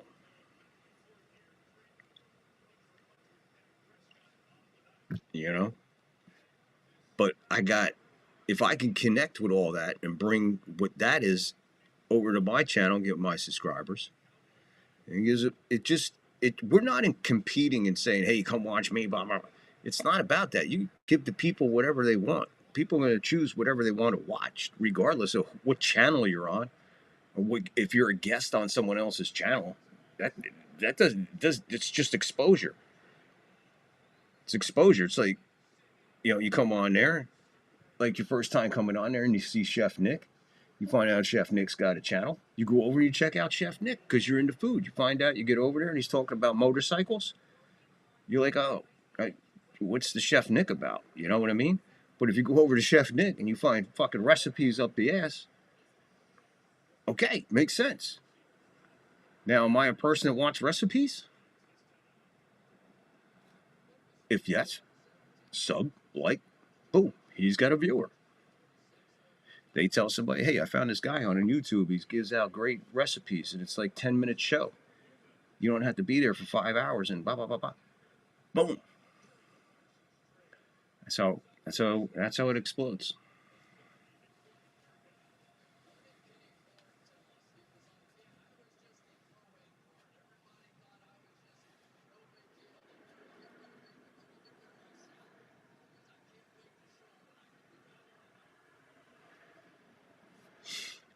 I get you, Dennis. I get you, man. You know, again, you know, it's his channel, it's his show. And, you know, he really likes Evan and George. And if you know, that's the way he does it, that's the way he does it. But if that opportunity came my way, if that opportunity was to come my way, I am going to reach out to Evan. I am going to reach out to George. And ask them to come on over. Well, you know, 2 guys interviewing or whatever. You know, to build them, to help them, to educate them. Let them see how someone with experience handles an interview. You know what I'm saying? I mean, that's what I would do. You're recruiting. I'm not stealing anybody. It's not like I'm bringing George over for 7 days a week and Evan for 7 days a week. No. You know, you're talking about maybe, you know, like 4 times a month. It's a once a week spot. What I'm thinking of is about a once a week spot. What I'm thinking about for me and Chef Nick is 2 days a week. But I don't know if the guy can do it. I don't know if Chef Nick's got 2 days a week where he could spare, an additional hour. Not going to force it on him. But if I present Nick with the idea that I have in mind for me and Nick to work together, if he can't, come up with the time needed and allotted for the show that I have to work, then it just doesn't work. But that just, what does that mean? It doesn't mean I write Nick off. It doesn't mean I write him off. I still love the guy and I continue, and I just look for something else. I have to find someone else within his realm to make that happen. And then when I find that other person and I find him, boom, then I put that show into effect. You have to take the idea, run the idea, roll the idea in front of people, see how they respond to it, and then go from there. I could come on here with Evan and absolutely shit the bed. It didn't work. Chemistry wasn't right. Or I could bring Evan over here, and the next thing you know, you got Summerall and Madden. Or you got Rizzuto and White. Or you got Buck and McCarver. I'm just saying that it's one or the other, especially depending on what we're doing.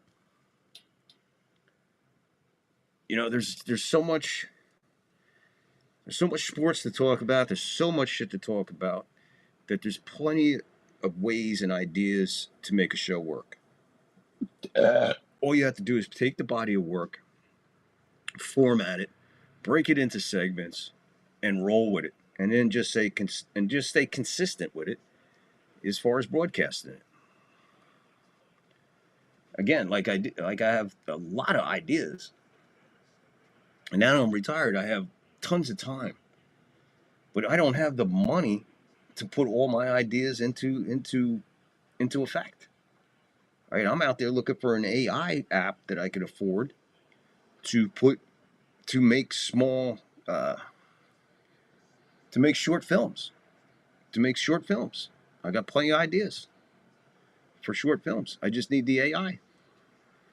But I'm looking for one I can afford. Or I just have to put it on a back burner and wait. Whatever happens, happens. But until then, this is it. If you could help the show, if you could buy us a cup of coffee, if you could do this, you could do that. Here's PayPal and Cash App.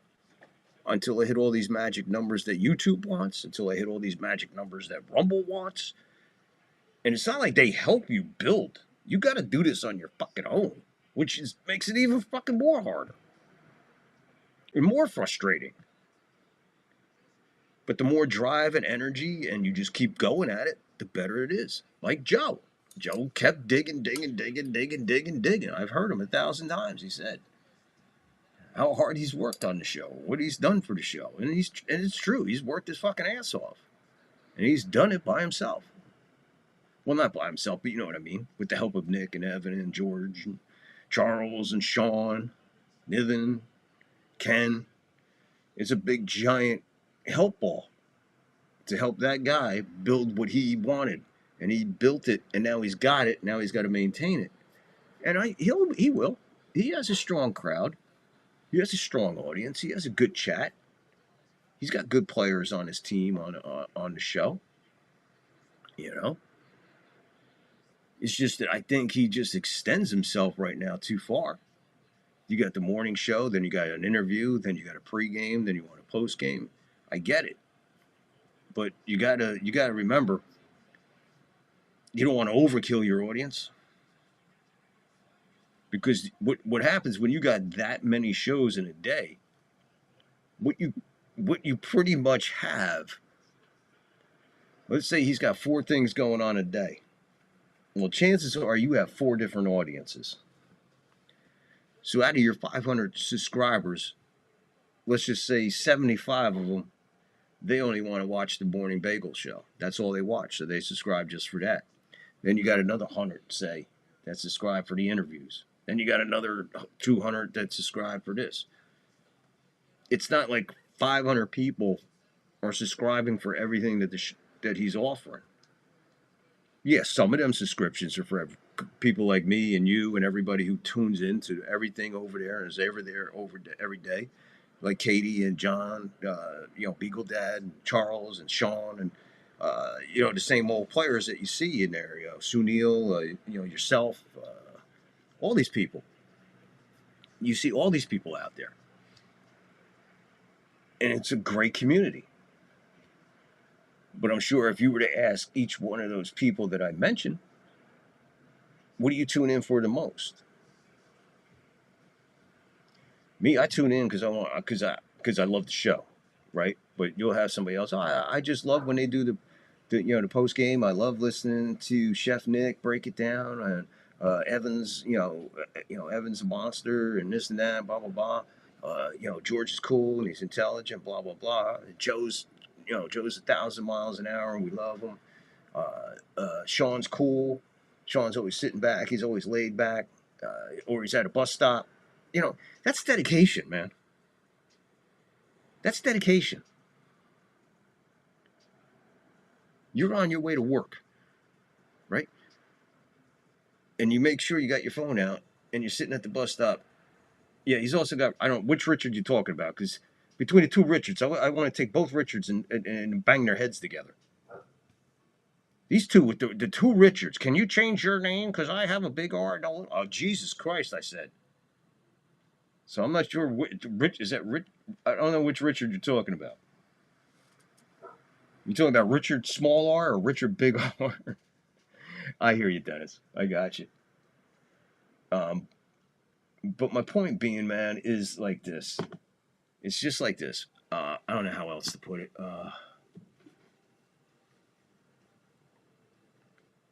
If I talked that the game is over,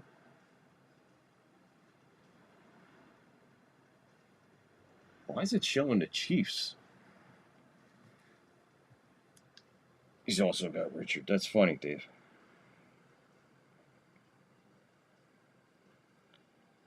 I guess I talked and the game's over.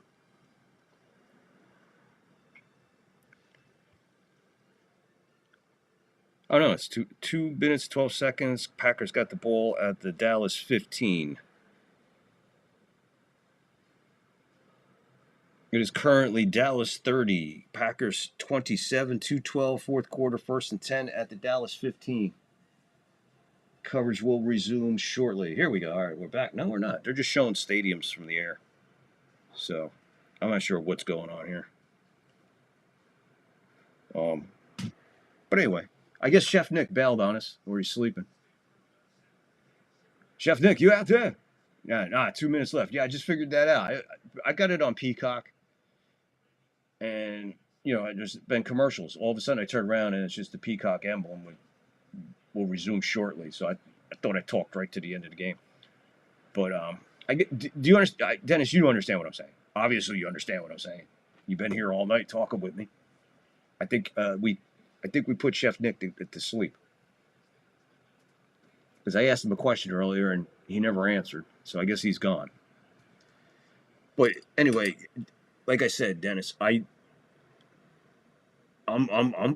in it for I'm all in. I'm all in. This is everything I'm going to do. I'm taking my retired life and I'm pouring everything into this. I'm going to give everything I got to go into this because this is a passion of mine. Broadcasting has always been a passion of mine. Talking sports has always been a passion of mine. Talking movies and shit. I always wanted to be on a radio show. I always wanted to have my own radio show and do whatever the fuck I want. I wanted to talk like for fucking 4.5 hours, take a break, and then come back and just rock everybody's soul with some incredible music. Just play music and talk. Now here I am with the opportunity to do it. But it takes dedication. It takes a lot of work. It takes a lot of patience. It takes a lot of effort. And it costs money, man. This is not cheap. These apps are not cheap that you need to do all this stuff, I had to get MLB. I had to get Prime. I got to get this. Well, Prime comes with my phone, which thank God Apple TV comes with that too. So the Apple TV and the Prime, cool. And then when you get Prime, that gives you Paramount Plus, which is cool because Paramount Plus gives you this. You got some sports covered, got the MLB covered. But still, it all costs money.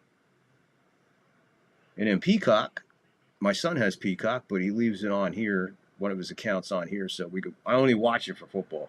And maybe once in a blue moon I'll throw it on for some wrestling. Because they still have the WWE library. All right, let's see. Let's go into the end of this game. Let me see. Let me call the end of this game here. Love is back in the shotgun. One person in the Jacobs is in the backfield with him. 3rd and 10 from the Dallas 15. 1:49. Now the clock is ticking. Love over the middle. He finds his man wide open over the middle for a touchdown. And the Packers take the lead. 33-30. Dobbs. 10 plays, 80 yards, 3 minutes and 5 seconds is the scoring drive for the Packers. 1:45 left in the fourth. At the present moment, it is 33-30. Dobbs, who wears the extra cushion helmet.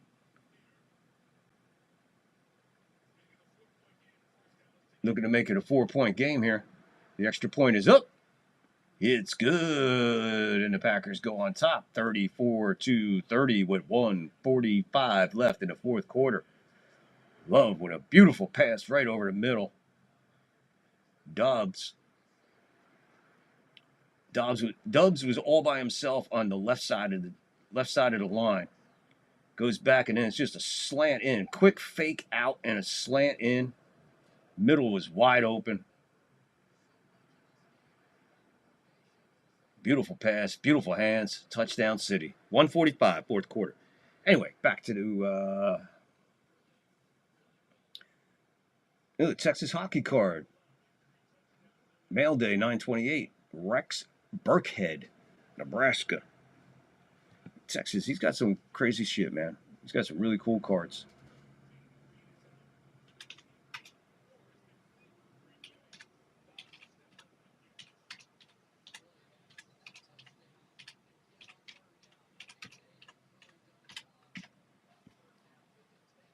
Alrighty. So anyway, getting back to all that. Anyway, Dennis, I think you understand what I'm talking about, where we're coming from. You know, I'm not looking to take over the world there. I just find that there's a couple guys over there that have some talent. I like the way they are, and I like to work with them. And personally, I don't think there's anything wrong with that. And if I had guys on my side, if I had guys over here, if I had a team, which I don't, but if I had a team and they came up to me and say, hey, somebody wants me to go on their show, go, man, dude, go. Go, go, go. The more exposure for you, the more exposure for me. The same thing with New York Yankee Mania. Dallas takes this all the way back, almost to midfield on a kickoff return. Big kickoff return there. Dak Prescott, 7 game-winning drives starting in final 2 minutes of fourth quarter or overtime. 7 game-winning drives in 10 years. 1 minute, 38 seconds in the fourth quarter. 34-30. Dallas comes to the line, and for some reason, the play clock ain't moving. Now it is. They got the ball at their own 46-yard line. Prescott back. Throws it. Oh, that's a live ball, baby. Packers pick it up. Let's see what happens. No, they're going to call it incomplete. For a moment there, that was danger zone. I don't know if his arm was hit or he just tried to throw it and tried to stop throwing it, but that was ugly. I don't know what he was doing there.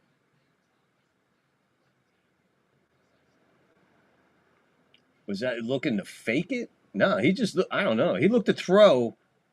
I guess somebody was supposed to be there. Because when he looked over there and threw it and realized nobody was over there, that's when the ball came out cockeyed. 2nd and 10, 1:35 to go. Fourth quarter, Green Bay 34-30 over Dallas, in Dallas. Green Bay 2-1, looking to rebound after last week's tough loss to the Browns. In Cleveland, no less. 13-10.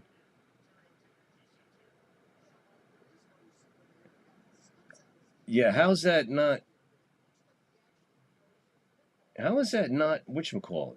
How's that not intentional grounding? I don't know. That's weird. Anyway, 2nd and 10 from their own 46. Prescott back over the middle, finds his tight end, and he gets stuffed after about 6-7 yards. 3rd down, 120 and counting. Cowboys have 1 timeout. Green Bay has all their timeouts. And they got a 3rd and 3, so it was 7 yards.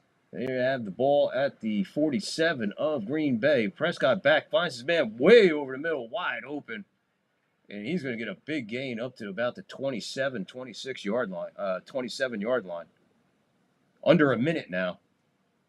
They got the ball at the Green Bay 28-yard line. Green Bay with a late substitute. Not sure what's going on. Pocket collapses. Prescott was hit on that throw. And touchdown, Dallas. Prescott finds Pickens. Pickens goes in. Poor tackle in there, and the Cowboys come right back after a huge kickoff return. They brought it out almost to midfield. And in 3 plays, 54 yards in a minute and 2 seconds, Prescott has the Cowboys in the end zone, and they have the lead 36-34 right now. Pickens, the way this game is going, I wouldn't be that cocky waving goodbye to the Packers. You're still 43 seconds. They still have 3 timeouts left. And my friend, they're only going to need a field goal. Because there's no way in the world you go for 2 here. They're going to go for the extra point. Right now they lead by 2. This will make it a 3-point game. There will be 43 seconds left in the 4th quarter. Packers, all 3 timeouts left.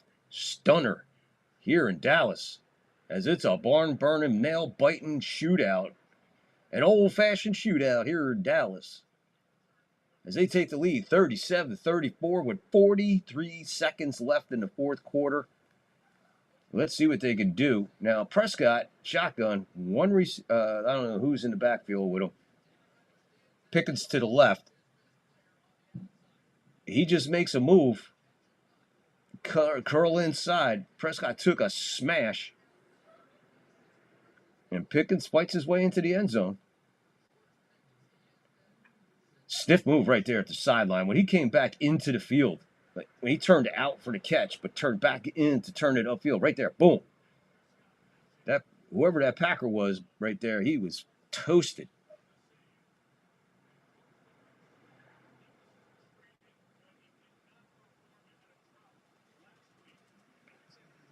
This is a crazy game right here.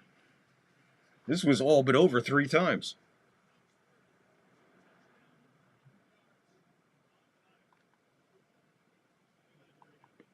So anyway, yeah, Dennis, thank you for hanging out tonight. Yeah, I appreciate it. Well, let's see what the Packers could do with 43 seconds left. Here's the kick. Taken at the 3. It's out to the 15. He's trying to gets up to the 20. He's being battered around. Still going, still fighting. Gets up to about the 26-yard line. Took a lot off the clock, 8 seconds. That's a big 8 seconds. Jordan Love has 1 game-winning drive starting in the final 2 minutes of the 4th quarter or overtime, and this is 5th year.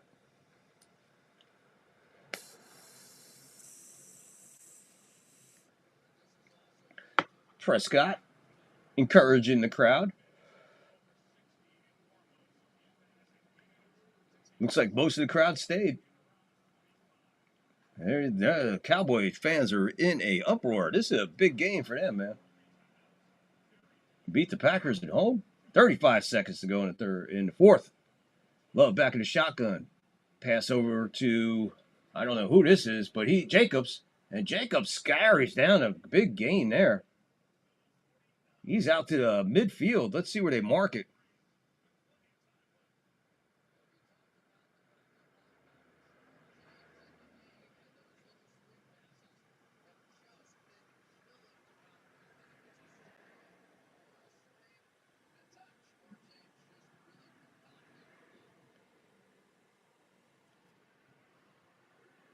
Of course, been good chatting. I wonder, once a channel grows like this, one, like mine? Okay. Or Joe's, Love is in trouble. He scrambles. He's going to throw this one away.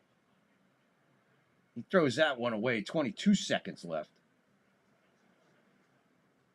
It's a 2nd and 10. 22 seconds left. Packers have yet to use a timeout.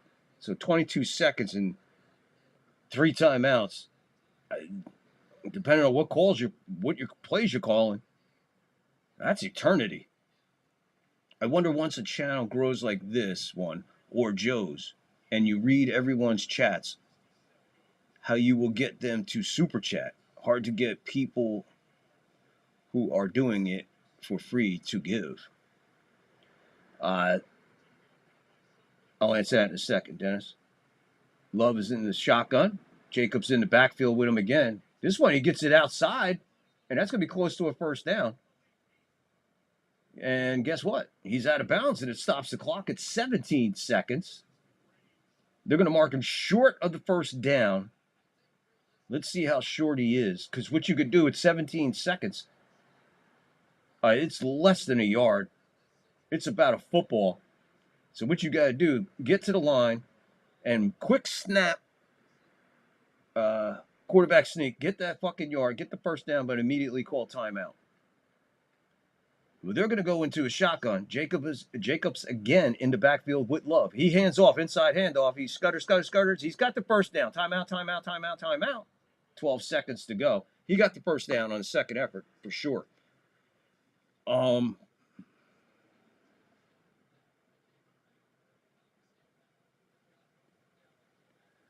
People super chat for so many reasons, Dennis, and I don't understand half of it. I'm sitting here watching a guy do a play-by-play football game one day, and he had super chats and all that. And I mean, really not much to the show. I mean, nice presentation. He did it like he's in a booth, so he's got the headphone on with the one headphone and the thing, and he's got somebody helping him with the thing. So he's got somebody working in the side there. But out of fucking nowhere, this guy just gets a super chat for fucking like $50. Someone just hits him $50. I'm like, what the fuck? $50? What am I doing wrong? And then as soon as I get that out, he gets another super chat for $100. And then another one for $40. And then another one for $50. All of a sudden, this guy made like fucking $500 in less than 2 minutes with super chats. And I'm not sure why they were giving him the money. I mean, I tuned in. I was on watching the show for a good time. Matter of fact, I made it past halftime. I was into the third quarter watching the guy, and then all of a sudden, I guess because of his effort, because of his presentation, or the guys are drinking, I don't fucking know. All I know is the guy made big bucks. So to get super chats is mostly. Here's another thing. If you do a show like a lot of people do, where they say they guarantee they'll read all super chats get read. In other words, every single time anybody sends a super chat, we're going to read it live on air. So some people will send $2 just to get their name on TV. Or somebody has a point and they want to make it and try to become part of the show through a chat and a conversation. They'll super chat like $5 to $10. When you get over the $15, $20 mark, people are just being kind, man. And they're trying to help you. And it's a humble moment. I mean, with Joe the other night, man, I mean, I was like, God, this is fucking beautiful, man.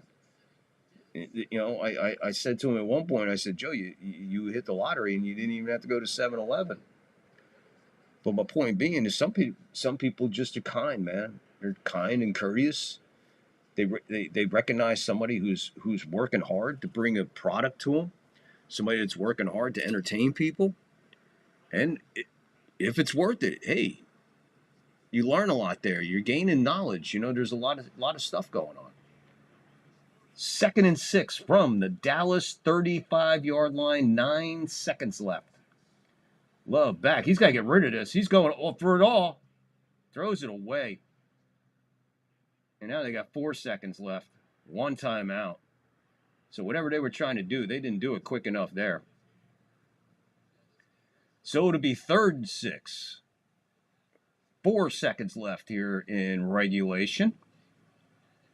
And Green Bay brings on their kicking team. 35, 43, 53 yards. I think this is a 53-yarder.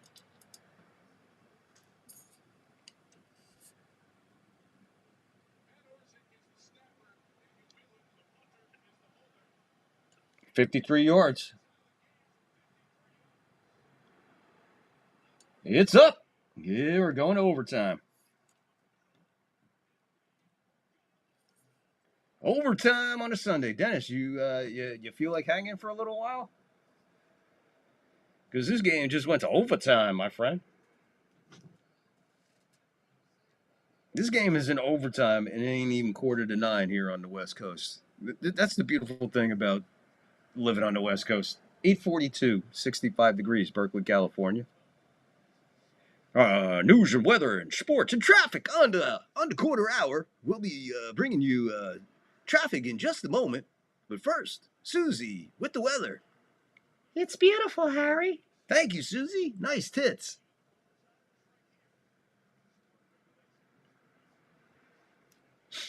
$37-37, end of regulation. Sunday Night Football. Packers Cowboys tied at 37. I took the over. Man, Rumble's been busy. A lot of people watching on Rumble, but nobody with the thumbs up, but there is a thumbs down over there. That is really crazy.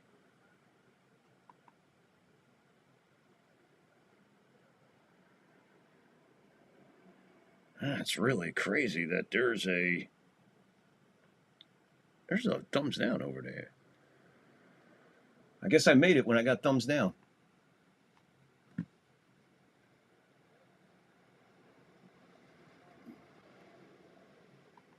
I guess I made it. Like I said, if you got trolls, you made it. Where are all my trolls?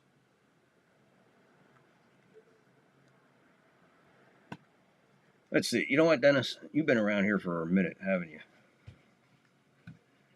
Dennis has been around here for a minute.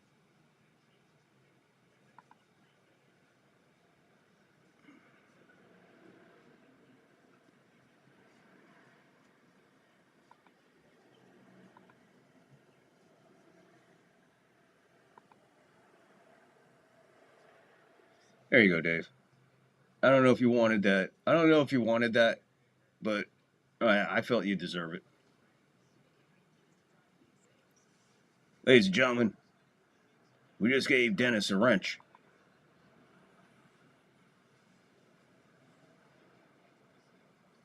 Whoa. Overtime in Dallas.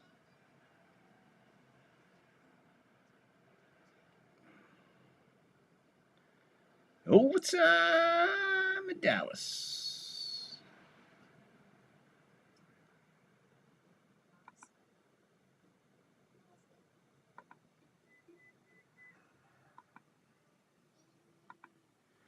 Alrighty. So anyway, yeah, Dave, I just added you as a moderator on my channel for YouTube. Thank you. I appreciate you.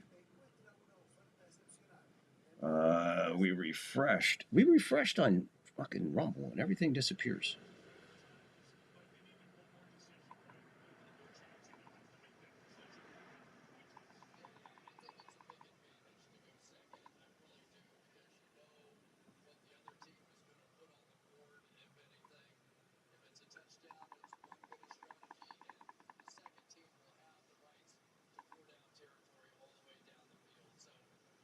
All right, there we go. So we got that going. Dennis, I appreciate you, and I appreciate your support, and I appreciate you being here tonight and hanging in there for as long as you have. That's a beautiful thing, man. See, you're dedicated. I like that. And yes, well deserved. You joined the ranks with Angus and Lockport. Lockport and Angus, you'll see them come in here. They are also moderators. And I told them, and I'll tell you, if you want to bang somebody, you can. Me personally, I don't care. Usually I like to tell a person, like if they're being like an asshole or something, I like to call them a couple names first. But if you feel like it's whatever, go for it. basically, I don't want anybody. I don't want anybody threatening anybody, and I don't want anybody just being inhuman and talking downgrading to somebody, or like you know what I mean, Dennis. Other than that, like someone's like, "Oh, Vic, you're full of fucking shit. Fuck you." I'm cool with that. Give me a minute to react to it or whatever. But I'm looking just to bang people who are just fucking assholes. If a troll comes in, I guess you can let him hang out for a minute, but bang him. If I don't see him, bang him. Other than that, thank you. Yeah, that's what I'm saying. Unless somebody's just like saying, "Hey, I'm gonna rape 5-year-olds or something," you might want to, get him out of here. Or somebody says they like having sex with barn animals, we might want to get him out of here. Or anybody that is a professional clown for a living, you can just bang them on principle. But yeah, Dennis, thank you, man. But like I said, for me, it's all uphill. It's these two icons I have right in front of me right now. That's my only growth. Aside from subscribers, my only growth lies right there. And I'm at the mercy of people who are kind enough to do that, if you know what I mean. So that's what it is. And when you get to that 500 mark, Joe's talking about the 500 mark and making sure that he has. Once you get to the 500 mark, and you're good on super chats, you roll with it and you go with it. If it drops down, you're still eligible. I get it. You want a nice buffer zone between yourself and 500. Once you get past 500, you want a nice buffer zone. But then again, all you want is to go up. 500 super chats and memberships and subscriptions and all that, which is cool. You could open it up, and then you can give tiers, and then you get, you can give back to the people. And which sucks is because YouTube makes it so fucking difficult to get to that point that some people just don't have the patience to hang around long enough for a channel to grow. Right? That makes sense. Some channels can't. The fan base can't handle the algorithm from YouTube to give that channel a chance to grow. So that channel pretty much stays like kind of in limbo, spinning tires. Maybe it'll move up or down, but it's going to take a long, long time for them to get modernized and all that other fun stuff. Where Rumble over here, the wonderful world of Rumble, just leaves it wide open. Just go for it. I'll tell you, I got monetized immediately on Rumble when I first started, and I'll tell you the truth. You know how much money I got from Rumble? You know how much money I made off Rumble? 52 cents.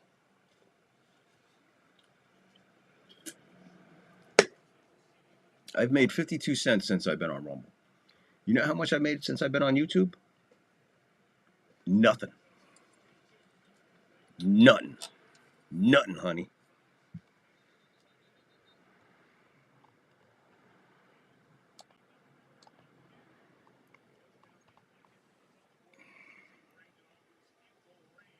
Oh, man.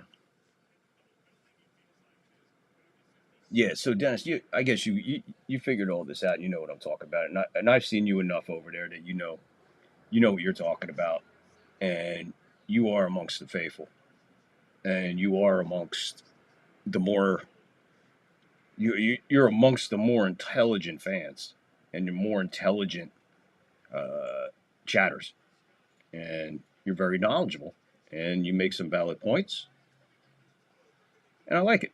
I really do. I like you. I think you're a good guy.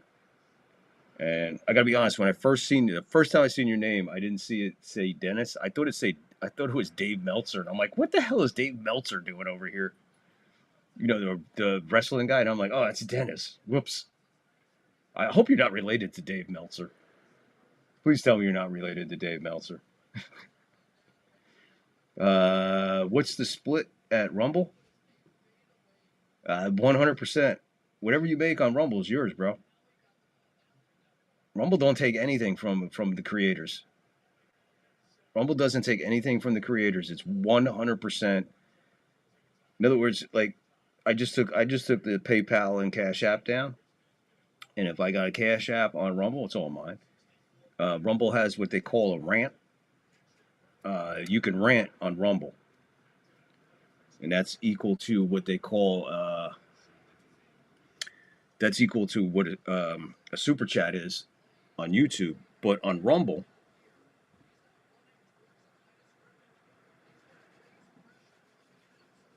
oh my God, where the fuck?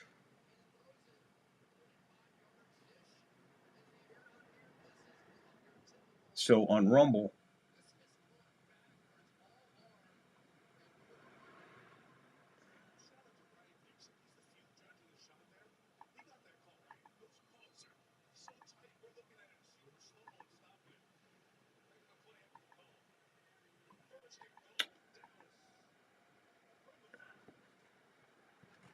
well, my point being that, like on Rumble right now, you can go over on Rumble and you can click on the rant button and you can super chat me.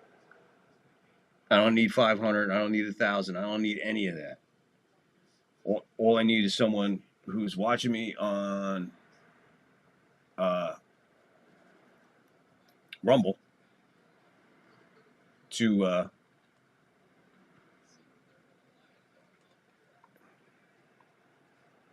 what the fuck is going on here?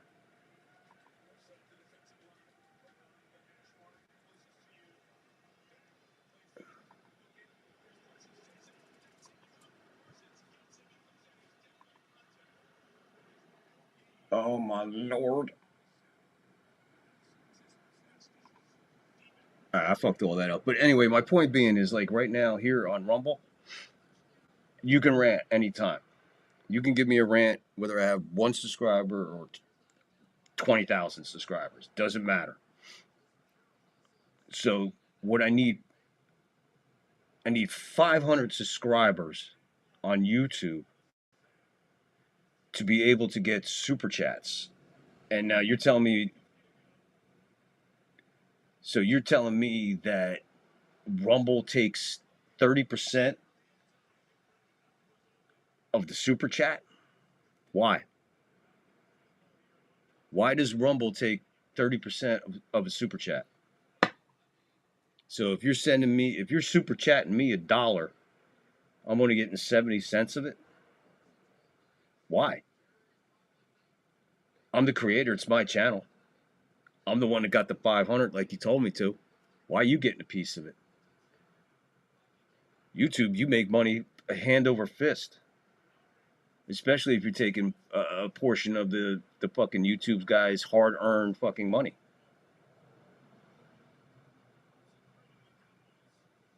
Yeah, that's what I'm saying. Yeah. YouTube takes 30% of the super chat. Rumble doesn't take anything. Rumble doesn't take zero.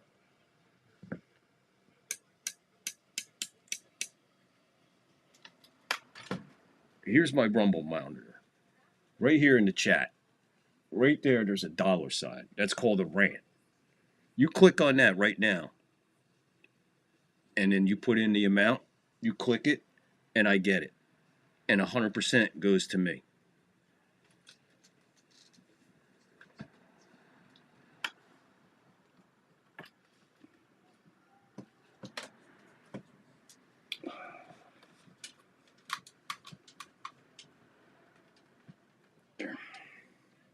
Whatever. You're not supposed to see all that shit. You gotta peek behind the curtain. You gotta peek behind the curtain there. That's a nice angle. Trying to get that situated though. But that's the rest of it. There's my 95 over there. You should see Joe on a 95-inch screen, brother. You should see Joe on a 95-inch screen, man.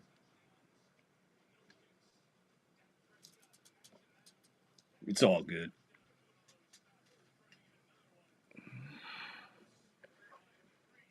Damn, Dave, you got me scanning my camera around my studio. You seen more of the studio than anybody has ever seen.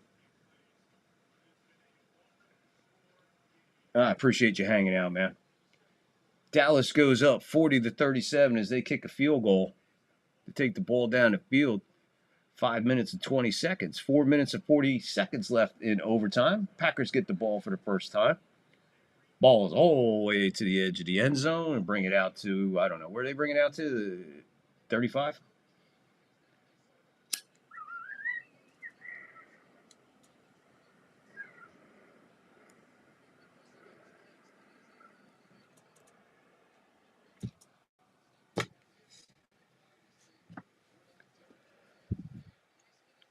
But anyway, it's going to be fun tomorrow, Dennis, over there for their roundtable thing. See how that works out. It's just, it sometimes depends on which ones they got on there. Because usually when you have Nick and Sean and Nithan, and Nick, I think I said, let me think. Joe, Nick, Evan, Nithan, Sean. George is only on there once in a while, so out of those, they figured it out how not to talk over each other, which is very difficult to do when you got 4 or 5 guys.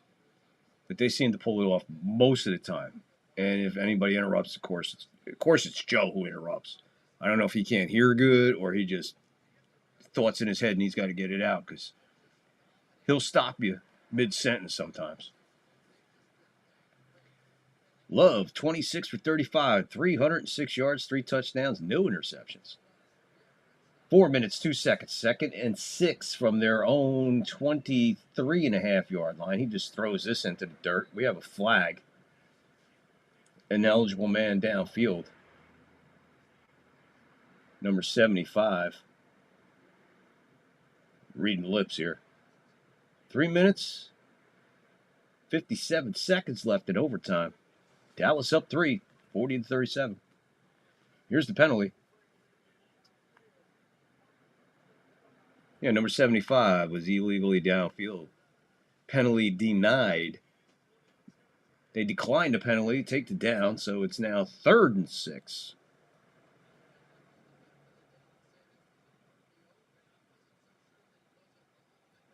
Nothing's taking you there. Hold on a second.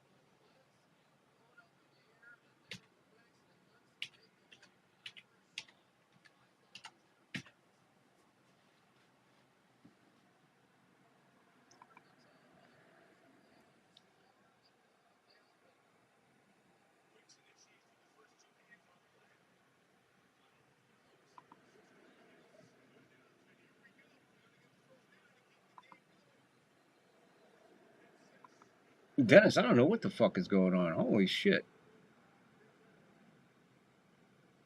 Hold on, man. Let me see what the hell's going on here.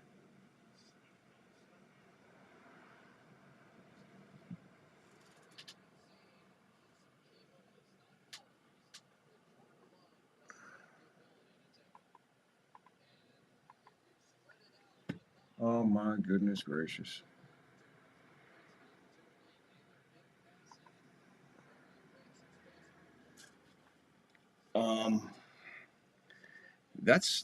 That's weird, man. Why ain't that working? Let me see what I got going here, bro.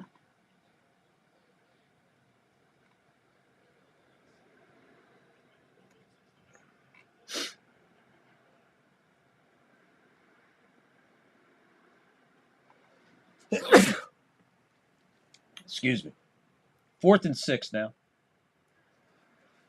Love goes back. Pass over the middle. He finds his receiver at the 38-yard line. 37-yard line. No, 38-yard line.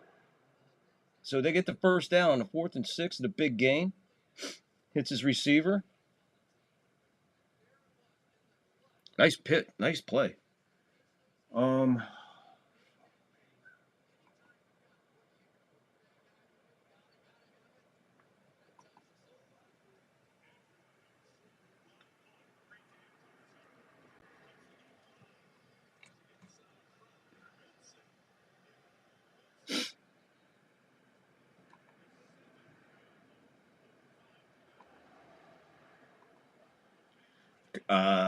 Dennis, you got me. You got me, man.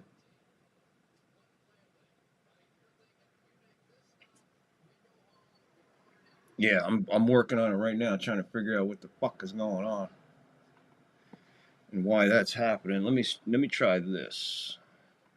Let me try this, man.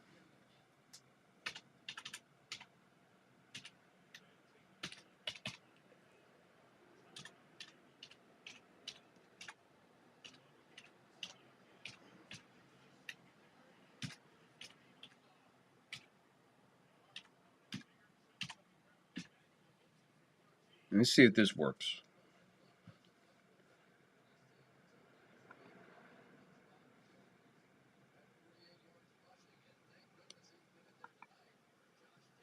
This is fucking crazy, dude. Why ain't these fucking links working to my fucking Rumble?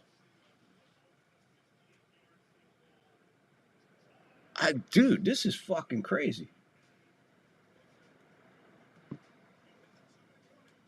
Where is my...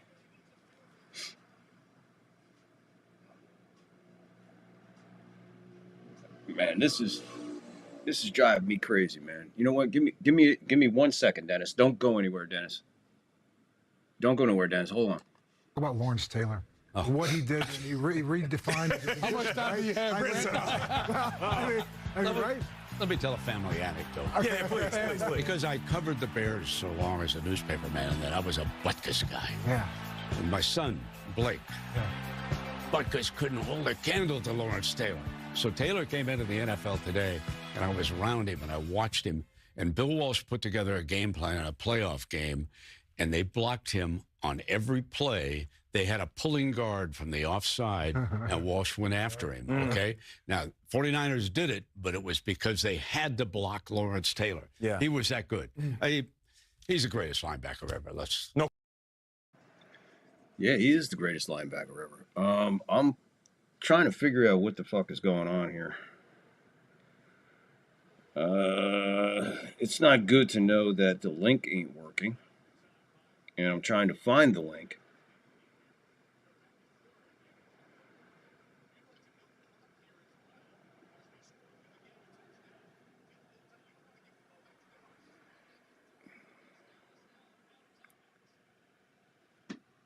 This is not cool, man.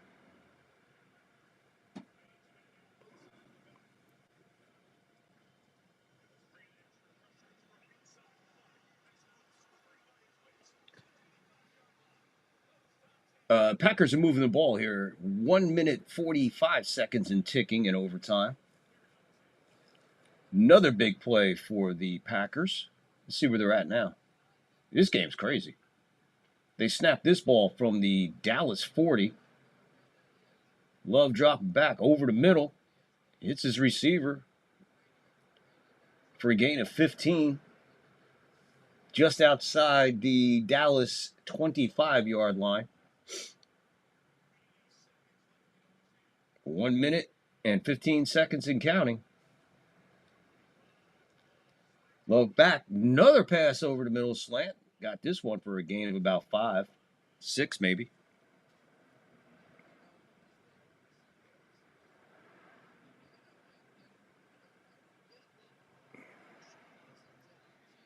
The thing is, I can't find...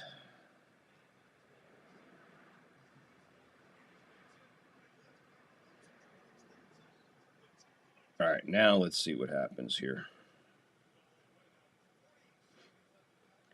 Hang on, I think I figured it out. I don't know, man. This is just so fucking bizarre right now, man. This is making 0 sense right now.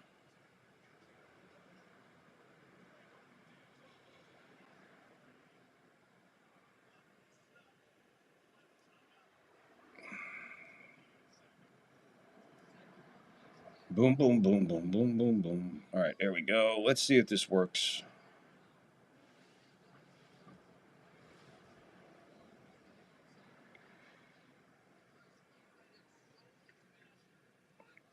Try that, Dennis.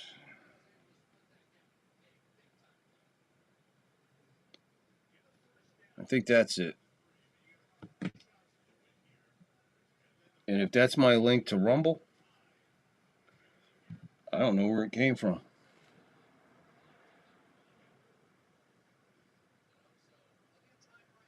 I just checked it.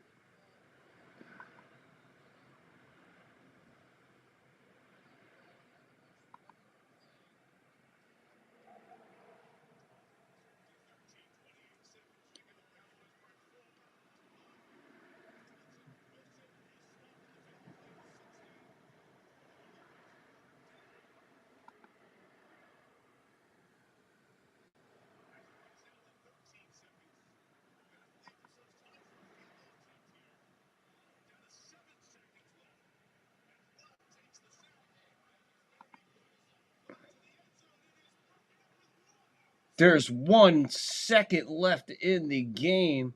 4th and 14. Love went back, threw the ball, had his man in the end zone, open for a heartbeat. A heartbeat. And guess what? He just missed it, man. So we're going to have 1 second left. 3rd and... What is this? The replay. Jeez. Now they're going to kick a field goal from... This field goal is up. It's good. So the game ends in a tie. The second highest scoring tie game. The Packers and Cowboys call it a day at 40-40. The game ends in overtime, 40-40. We have a tie in the NFL, ladies and gentlemen. And you got it here. Yeah, that I don't know where... I'm going to have to figure out why that changed. Now, it's this. Everything's the same except for... You see the word user in between? In between com and VAV. Oh, I dig a tie, man. I hear you, but I dig a tie, man. To watch a tie, that's a great game, man. That was a great game to watch. I get what you're saying, but that was a fun game. That was totally a fun game, man. 80 points, that's pretty cool, man.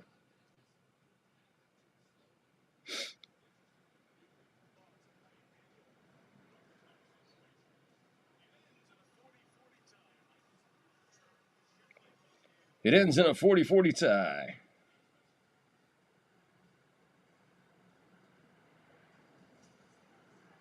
All right, we can close that out.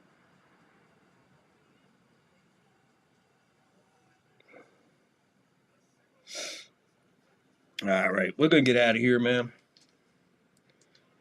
We're going to wrap it up. It's 9/11 on the West Coast. 12/11 on the East Coast. Dennis, where you at? Dennis, you in what, Florida? If I'm not mistaken, you're the one in Florida?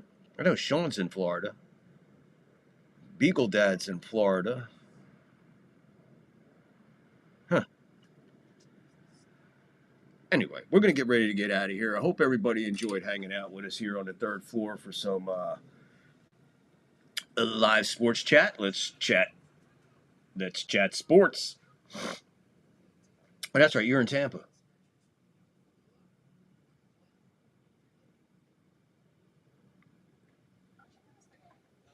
Yeah, you ain't retired yet, Dave? I just retired. I didn't want to retire. But when the doctor says, it might be a good idea for you to retire, I think you listen to the doctor at 62. And as you can see, I'm falling apart. I got surgery on my elbow coming up. So that's going to put me down for a while, too. But anyway, hey, Dennis, wow, man. Dude, for you to come in here and hang out with me this long and spend all this time with me, enjoying the game, enjoying some chit-chat. I guess Nick fell asleep. Whatever. But, Dennis, I will see you tomorrow. Whether it be here or it'll probably be over at NY Mania. I'm going to be up super early tomorrow trying to get my postseason together. We're going to do we're going to go above and beyond for the postseason. So I'm going to be escalating my show to another level for the postseason. And we'll get more into the NFL Weekly and everything else. Thank you, Dennis. I appreciate that, man. Thank you. And again, thank you for hanging out for the whole show, man. I really do appreciate that. Later, man. Good show. It will grow, and I will be back for sure. That's Dennis's closing comments over here on YouTube in the live chat. Appreciate him for hanging out all night. Another new moderator over here.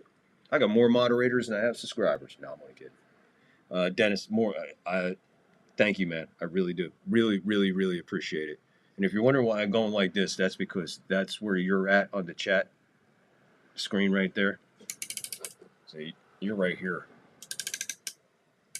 I'm going to stop doing that. I don't need people seeing what I got behind me, man. Dennis, you did, so lock it in because you're not going to see it anymore. So whatever you seen when I spun, you'll never see it again. You got to stop doing that. No, I appreciate it. Live sports chat. Let's chat sports. Show number 2 is done. It's closed out. We closed it out with a tie game between the Packers and the Cowboys, 40-40, the second highest tying game in NFL history. And we will be back tomorrow with something or other, one way or another. We'll come up with something, but we'll be here. In the meantime, look out for us tomorrow on New York Yankees Mania. Joe and company. Joe, Chef Nick, Evan, George, Niven, Sean, Charles. Dennis will be there. And a whole slew of others. And with any luck, you'll see yours truly on there live. Talking shit about who knows what. But one thing's for sure, whatever I'm spewing out of my mouth, pay attention because most of it makes sense. And most of it will educate you. And if you follow me, maybe not. Maybe you shouldn't follow me. Don't follow me. Yeah, no. Follow me. No, I mean, yeah. Follow me on Rumble. Follow me on YouTube. But if don't follow me if I'm going somewhere walking. You might not like where I'm going. Anyway, we're going to get up out of here. It's getting late. Again, Dennis, one more time. Thank you, brother. Thank you so much for hanging out with me, man. Appreciate it very much. Appreciate everybody that came here on Rumble and hung out.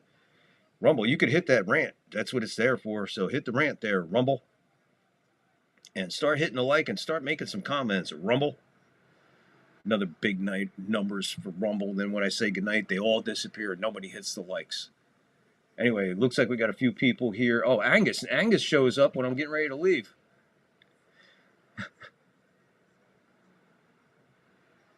Yeah, I evocate you.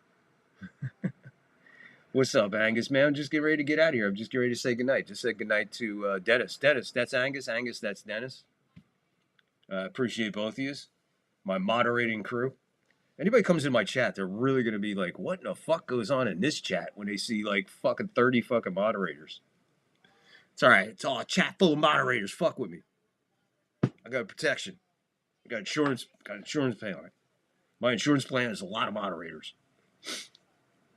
But anyway, you guys are the best, man. Yeah, you're quick as shift, man.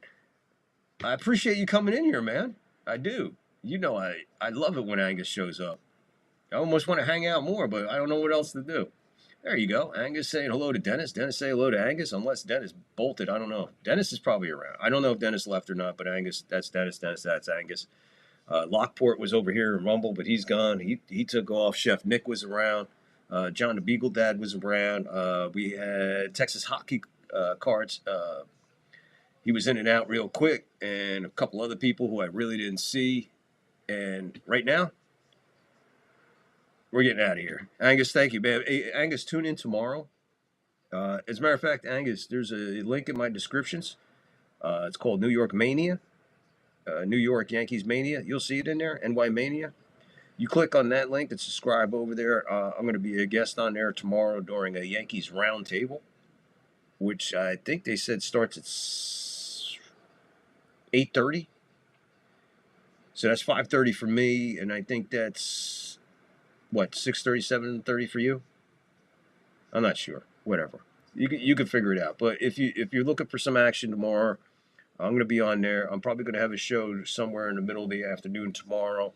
I don't know. I'll probably just pop on, do whatever. But Dennis, Angus, and everybody else that tuned in on YouTube, thank you so much.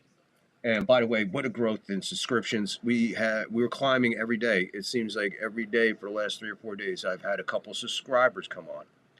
So if you know anybody who enjoy this show, please share me out. Please hit the like. Please hit the follow. Please hit the sub. And get involved in this live chat. You can see we have a fucking ton of fun here on the live chat, YouTube.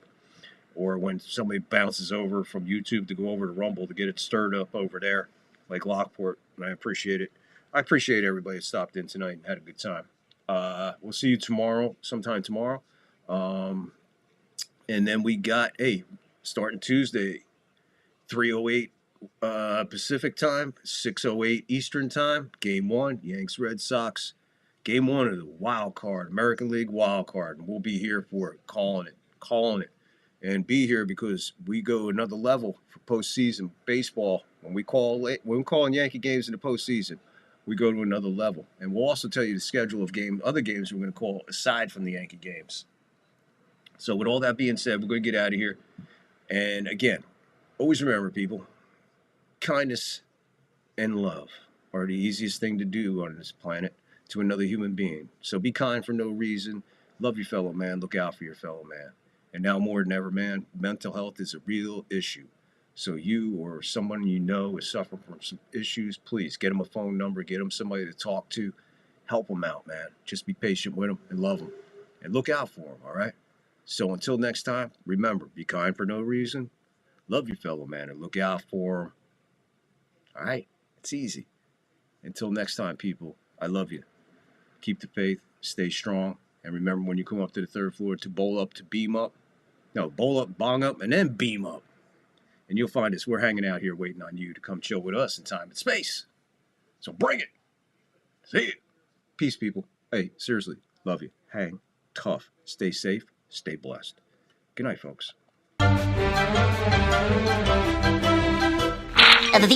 That's all, folks.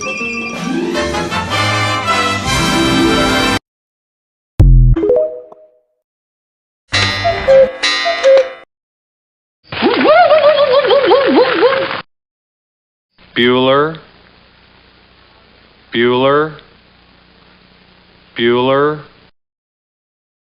Cocaine and hookers, my friend. He's looking at you, kid.